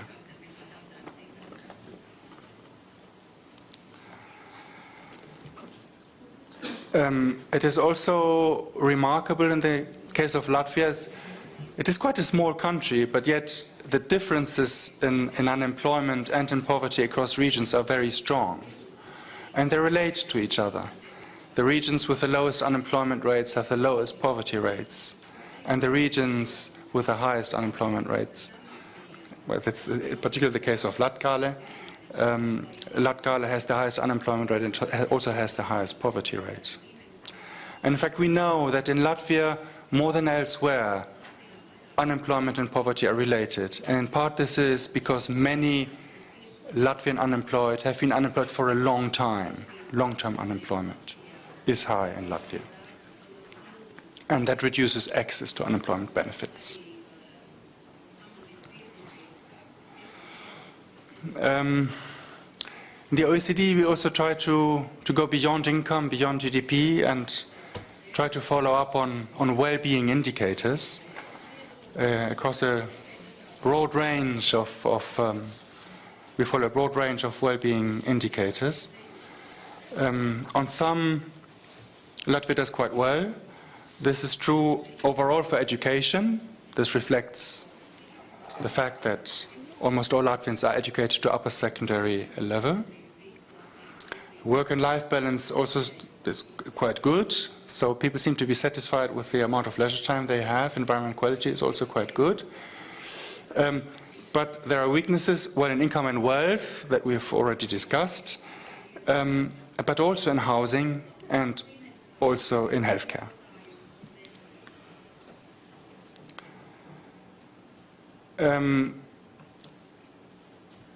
So let us pick on one policy area that we discussed in this survey and how it relates to these key challenges, productivity and poverty. And I should perhaps mention that the report includes a number of policy areas that about which I will not speak in this presentation. It does discuss health policies. It also discusses transport, energy, law enforcement, especially the insolvency framework, metropolitan governance of Riga. All of these policy areas I will not touch upon them in this presentation, but of course I would be very pleased if you read about them in the report. So let us discuss housing. So why do we think that housing is important for Latvia? Well, we have done research across OECD countries which shows that housing policies indeed matter for productivity. And they matter for productivity because good housing policies improve the match of workers with jobs. And we have observed that a good match of workers and workers' skills with the skill requirements of the jobs is a key driver of productivity performance. And what this chart shows is that some housing policies relate to productivity. We observe that in the data. For instance, countries which regulate tenant-landlord relationships well have higher productivity. And moving to best practice can result in productivity gains, according to the data that we have analyzed, of 3%. And if you add the various policy areas, even within housing alone, then you can get to quite sizable productivity gains. Other things that matter is the responsiveness of housing supply to demand or the cost of obtaining building permits.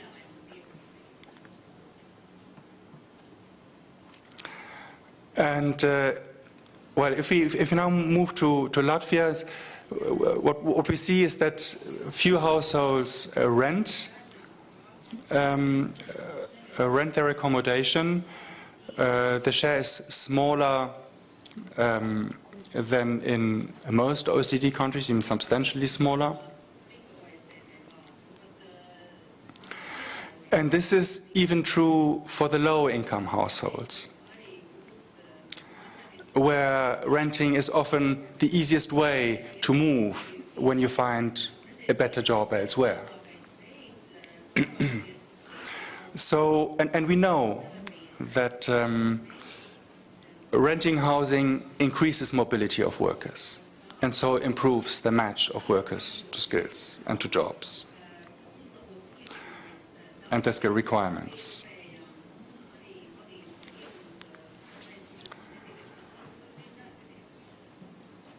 But housing also relates to well-being. And here our data show that a relatively large share of households in Latvia live in overcrowded housing. And this is true not only for low-income households, but also for households in the middle income range. And one can imagine that this has impacts on education performance and perhaps even on health outcomes.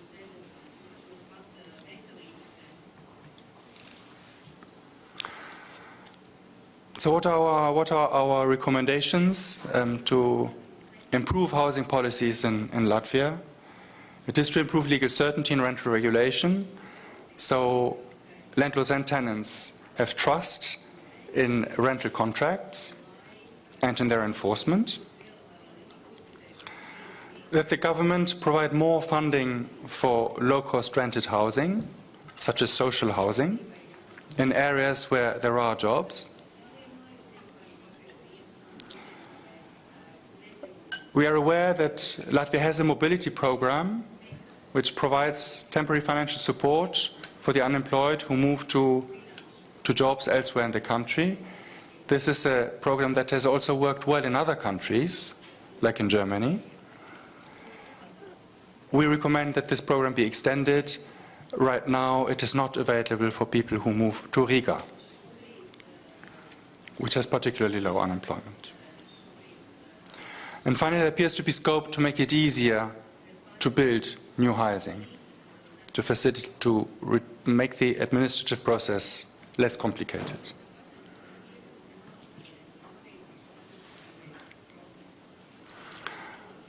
The other policy area we've picked up on from the report is education and research policies and how they can relate to address this twin challenge of productivity and poverty. And here, while we observe that many workers in Latvia, in international comparison, say that their skills are insufficient to carry out the job effectively, but more than 10%. This is more than in most OECD, most EU countries, is what we have shown here. This is clearly relevant for productivity.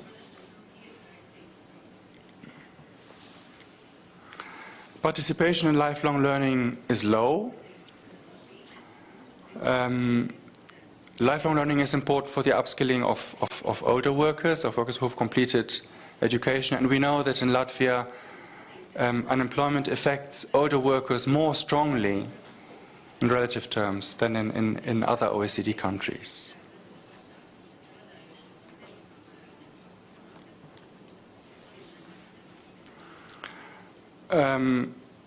I said earlier that the diffusion of technology, technological knowledge is very important, especially for firms which are below the technological frontier.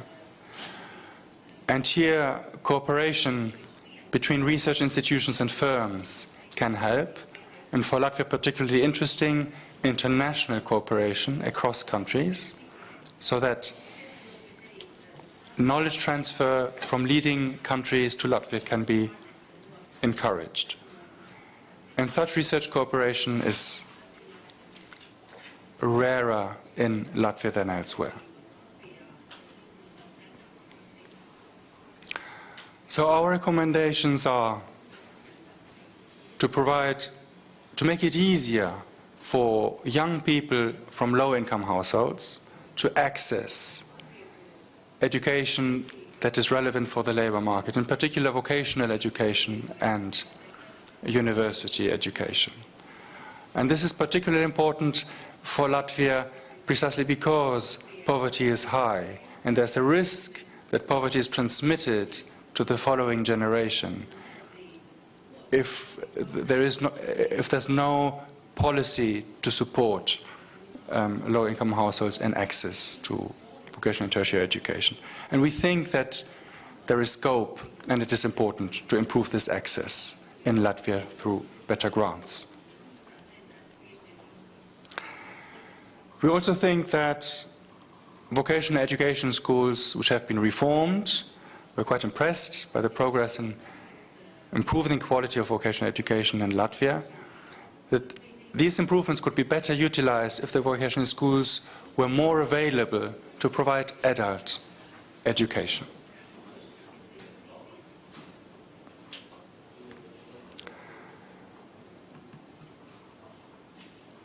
Finally, fiscal and tax policy to support the response to these challenges, this twin challenge of productivity and poverty.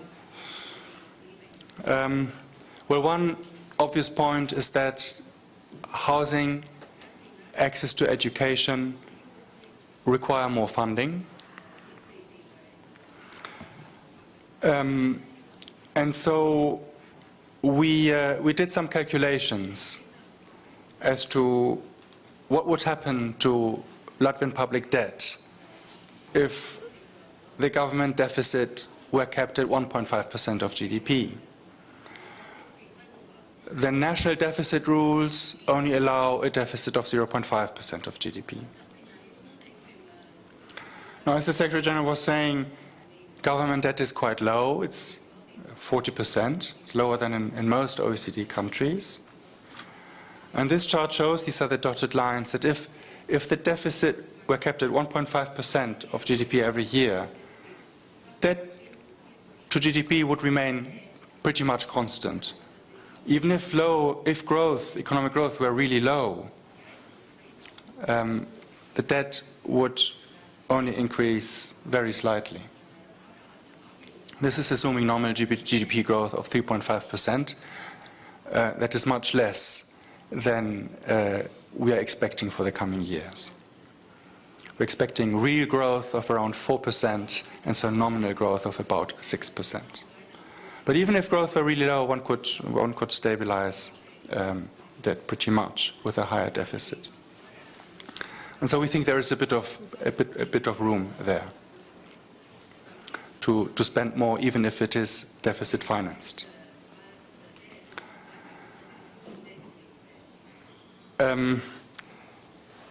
Much economic activity is undeclared. This is obviously bad for government revenues. And we have some evidence to show that the underreporting of wages and profits and the size of the shadow economy in Latvia are larger than in the other Baltic states. But informal economic activity, the shadow economy, is also bad for productivity, because if you don't want to pay tax, you will typically engage in economic activities that are easier to hide and therefore less productive and less integrated in global value chains. In addition to spending, taxes on low-wage workers are important to encourage taking up employment, reduce poverty, and perhaps also a little bit to prevent emigration.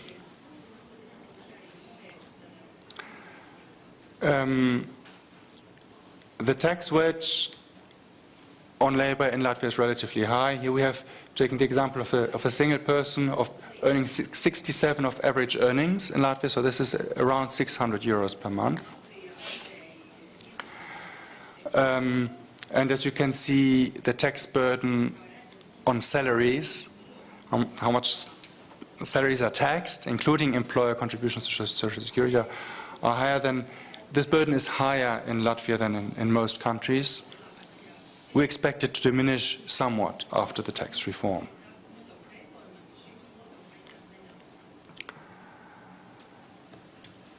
What are our recommendations on budget and tax policy?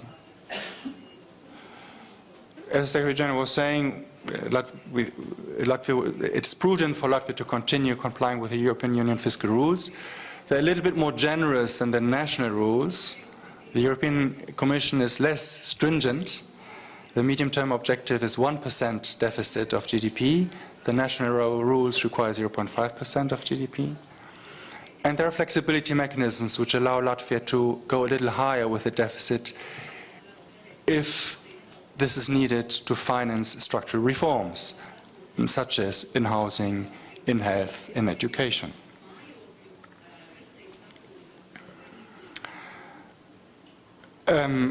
Moving informal activity to the formal sector is important for tax revenue and productivity.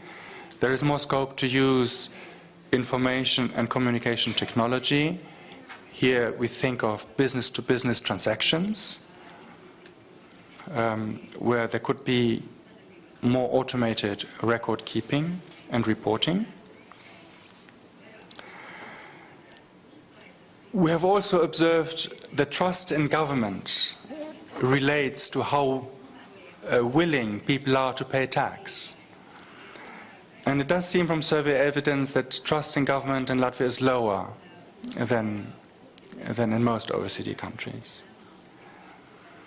And so we have tried to think of some steps that could be taken to improve the trust. And fighting corruption and to be seen to fight corruption effectively can help to build trust. Latvia has made a lot of progress with strengthening the Corruption Prevention and Combating Bureau. We think one could go further and improve its budgetary independence, so that everyone is confident that corruption will be pursued. And in the same vein, to improve trust, it may also help to remove political influence in the appointment of judges, where Parliament seems to have an important role.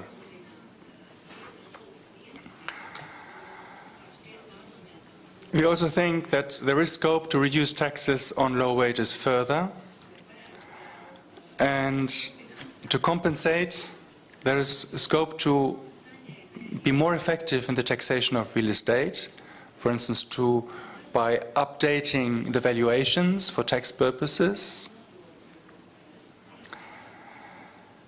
And also, one can gain more revenue by removing exemptions in business income taxation. Here we think of the enterprise tax scheme, which exempts small firms from tax. And we are concerned that this may encourage firms not to grow in order to continue benefiting from these tax advantages. And it may also encourage them to keep some activity informal, so not to declare all activity, so they look smaller than they really are. And so we suspect that this tax scheme is not a good one for economic development and tax revenues.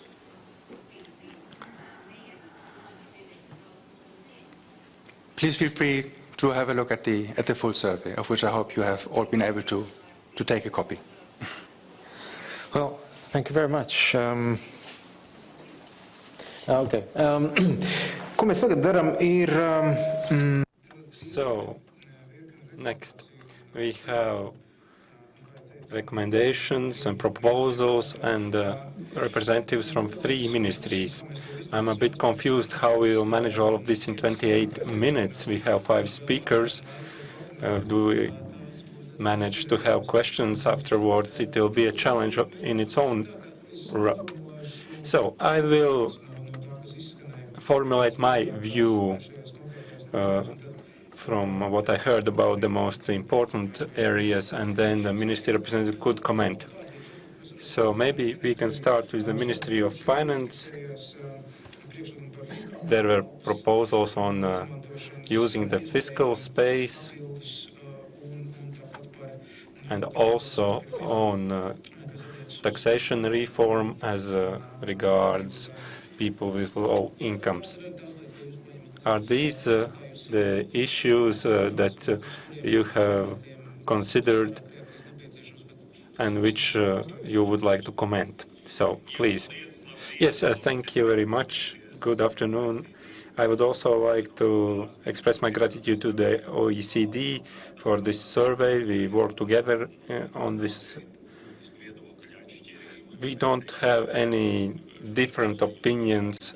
Overall, we can use this survey in developing our policy decisions. On deficit, can we increase it? In the recommendation, it clearly states to continue to stick to fiscal discipline and use the flexibility in implementing structural reforms. That is exactly what we are doing. We are not changing our fiscal discipline by a single percentage point. There are various interpretations. We are using the maximum value that is available to us according to European Commission rules. If we look at some exemptions for Italy, for example, and other member states, we are the absolute champion here with our contributions to the second pension level and our healthcare reform. What I consider as an important aspect for the future. We have exemption for these reforms, but we are very strict, and we need clear data that by investing we will have positive effect on the overall situation. It's not just good enough to say let's invest in education and health and everything will be okay. We need to be sure that we will maintain these resources. We see people are falling ill more often. The argument went that we need to invest more money to have more labor force available, but the data shows the opposite. Of course, we have an aging population, and if we didn't have these resources, they would be sick even more. But we require analytical capacity to prove. In 2020, this exemption is not available, but in 2021 we have an exemption of 0.5%. But I cannot see a structural reform where we can calculate and say that if we invest this, we will get that. There are a lot of structural reforms that require more political will, like working on insolvency issues,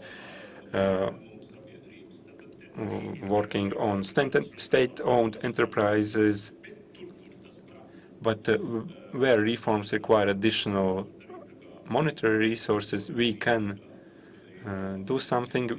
We are in a situation where we agree with the OECD.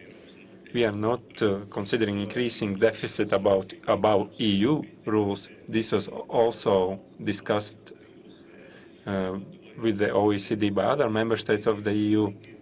But we should use the flexibility instruments available and use them for structural reforms that provide long-term benefit.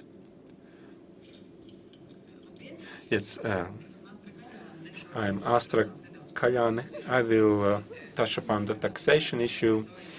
First of all, a big thank you to the OECD for preparing these recommendations, and I think the Ministry of Finance, through its activities and our Parliament over the last couple of years, has been moving in the same direction as these recommendations in taxation.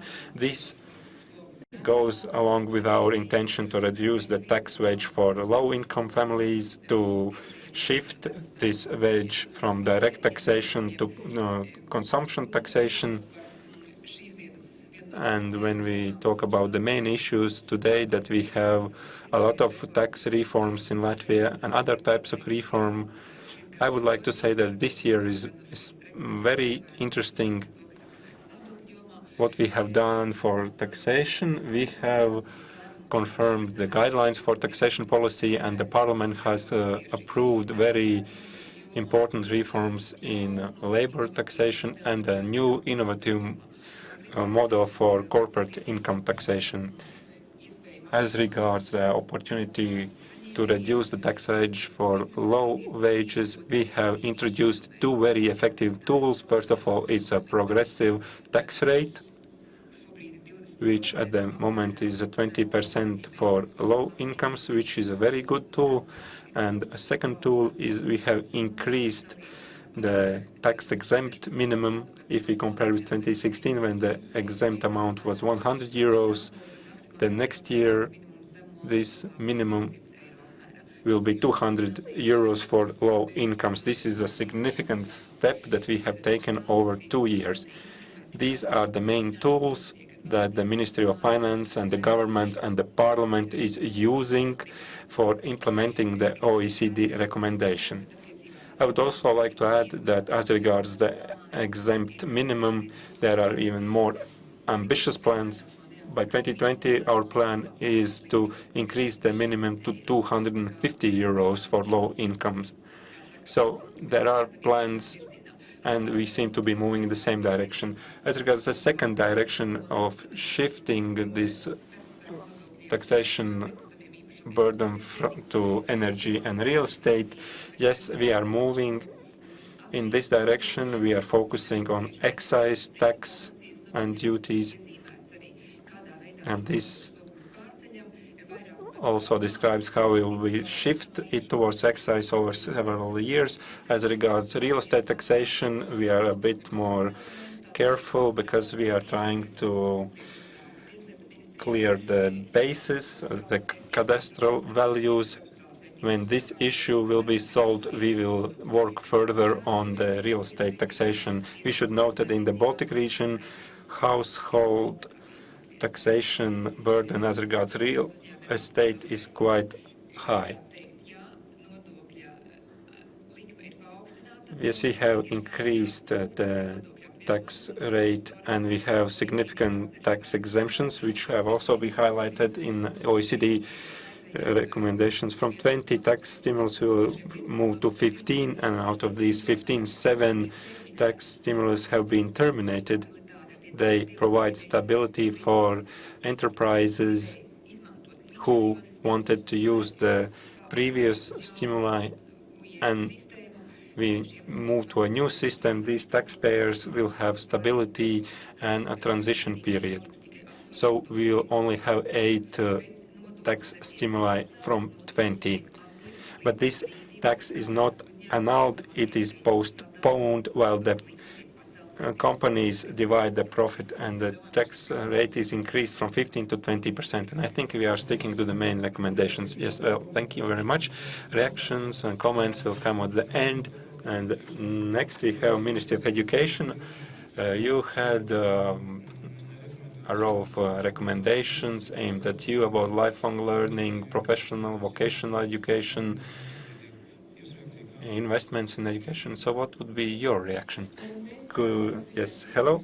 We can agree on the recommendations that we have received in education and science, and talking about skills that are necessary for economic development. This is another process that we have started several years ago. First of all, by investing in the infrastructure of vocational education to make it more approachable, and developing various proposals for educational content so young people can work on their qualification after leaving school, to adapt it to the requirements of the labor market, and open this system to adults so that they can improve their skills in a specific segment. These are modular professional vocational education programs that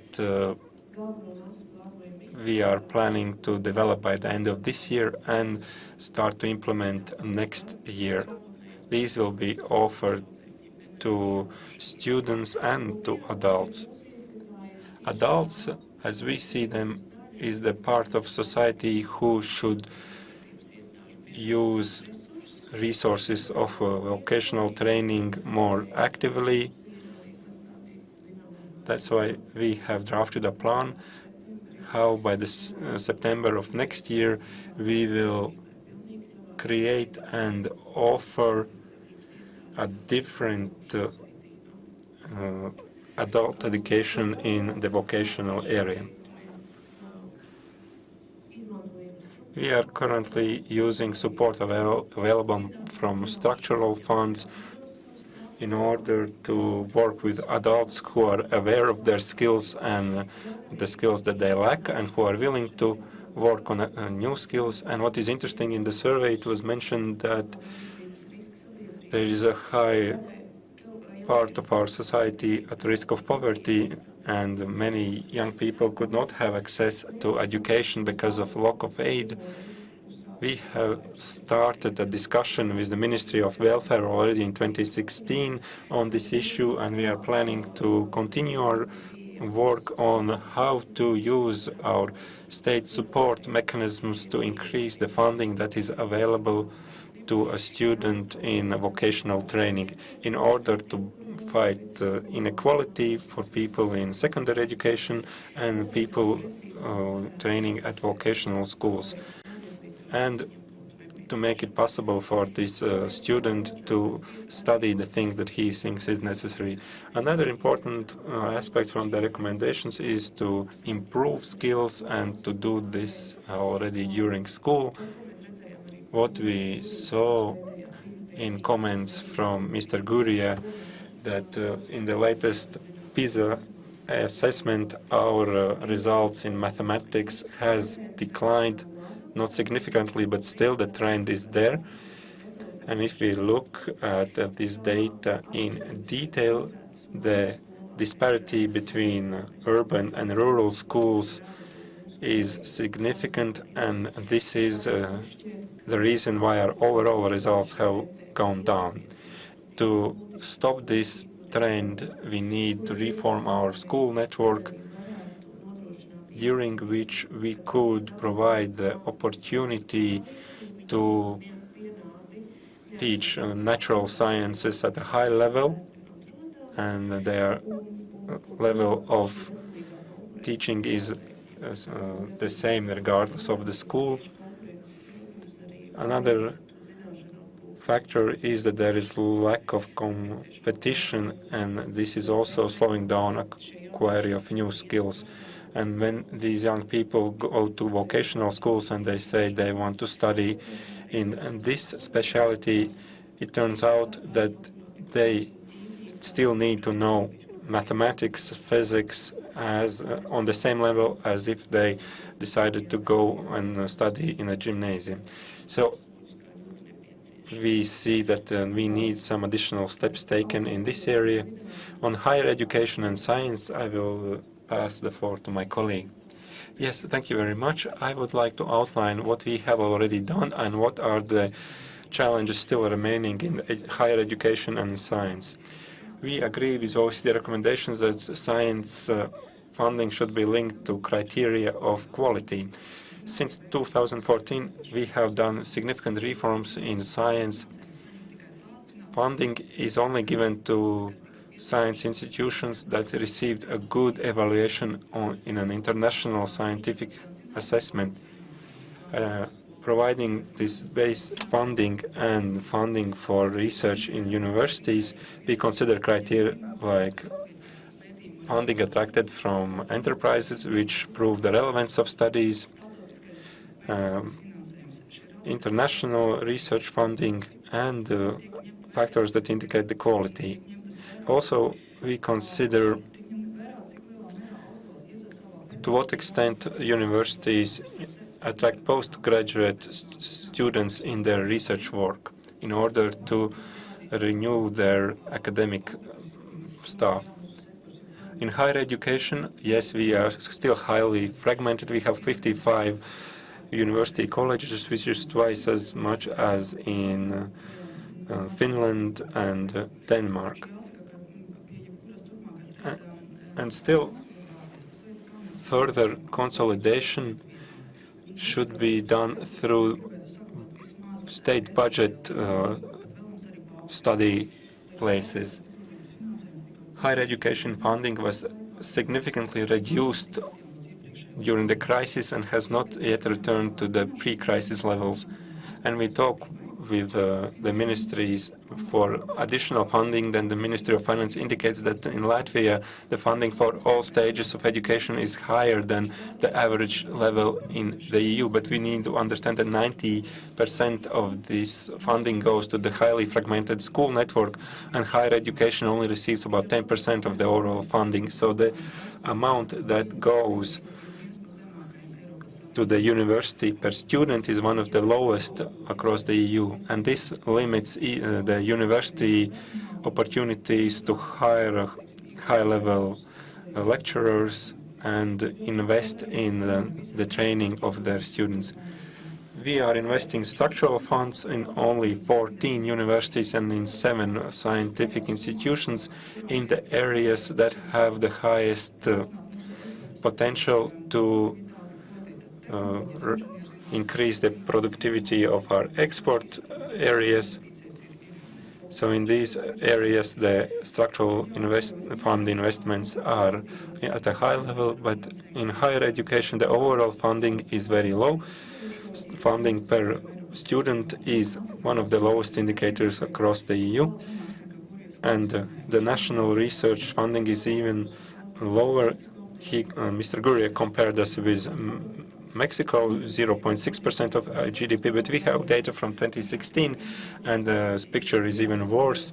GDP has increased, but funding for research has not increased, so we have 0.44% of GDP allocated for research in our country, which is the lowest level in the EU.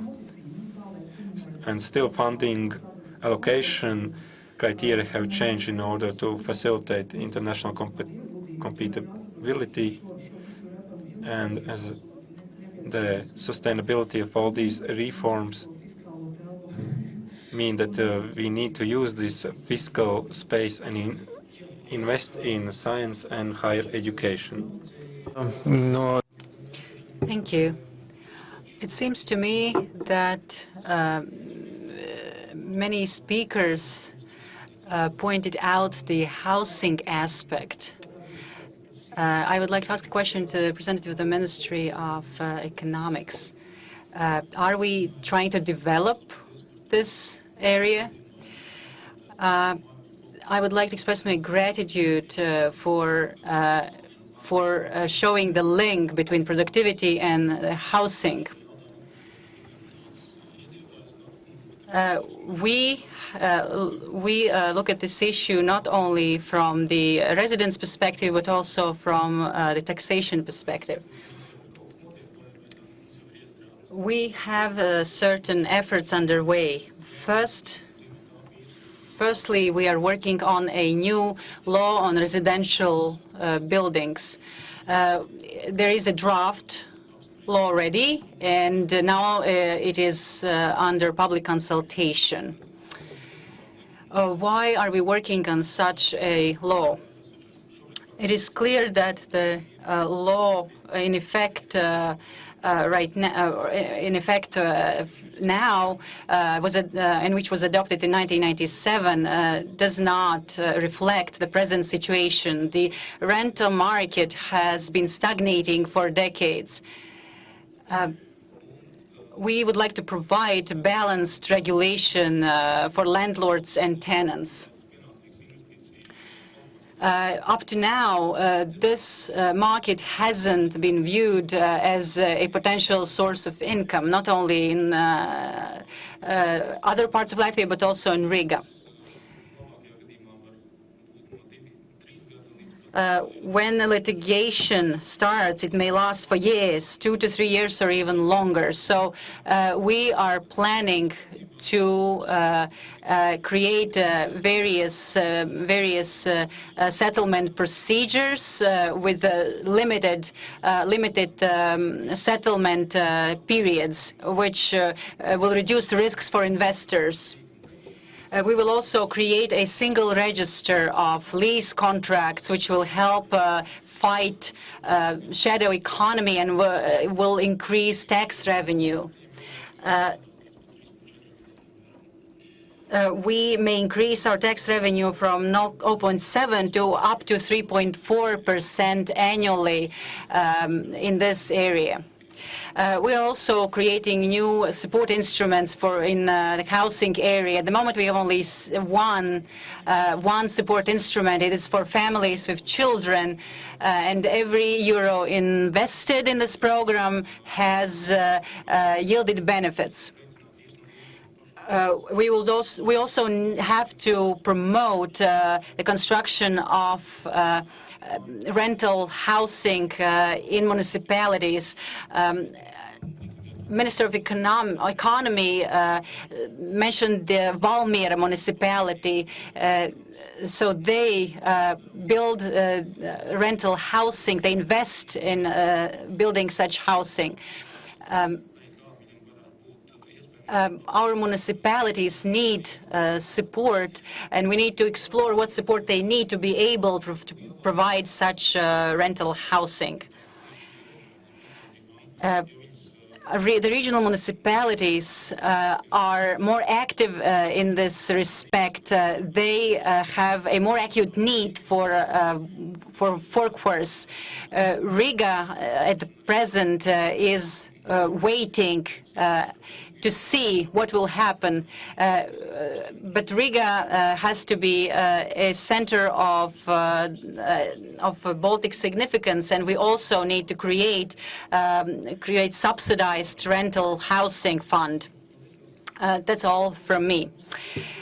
Unfortunately, we have 5 minutes left to round up this discussion. We can continue discussing these issues after the official meeting, but maybe you have questions to the authors of the report,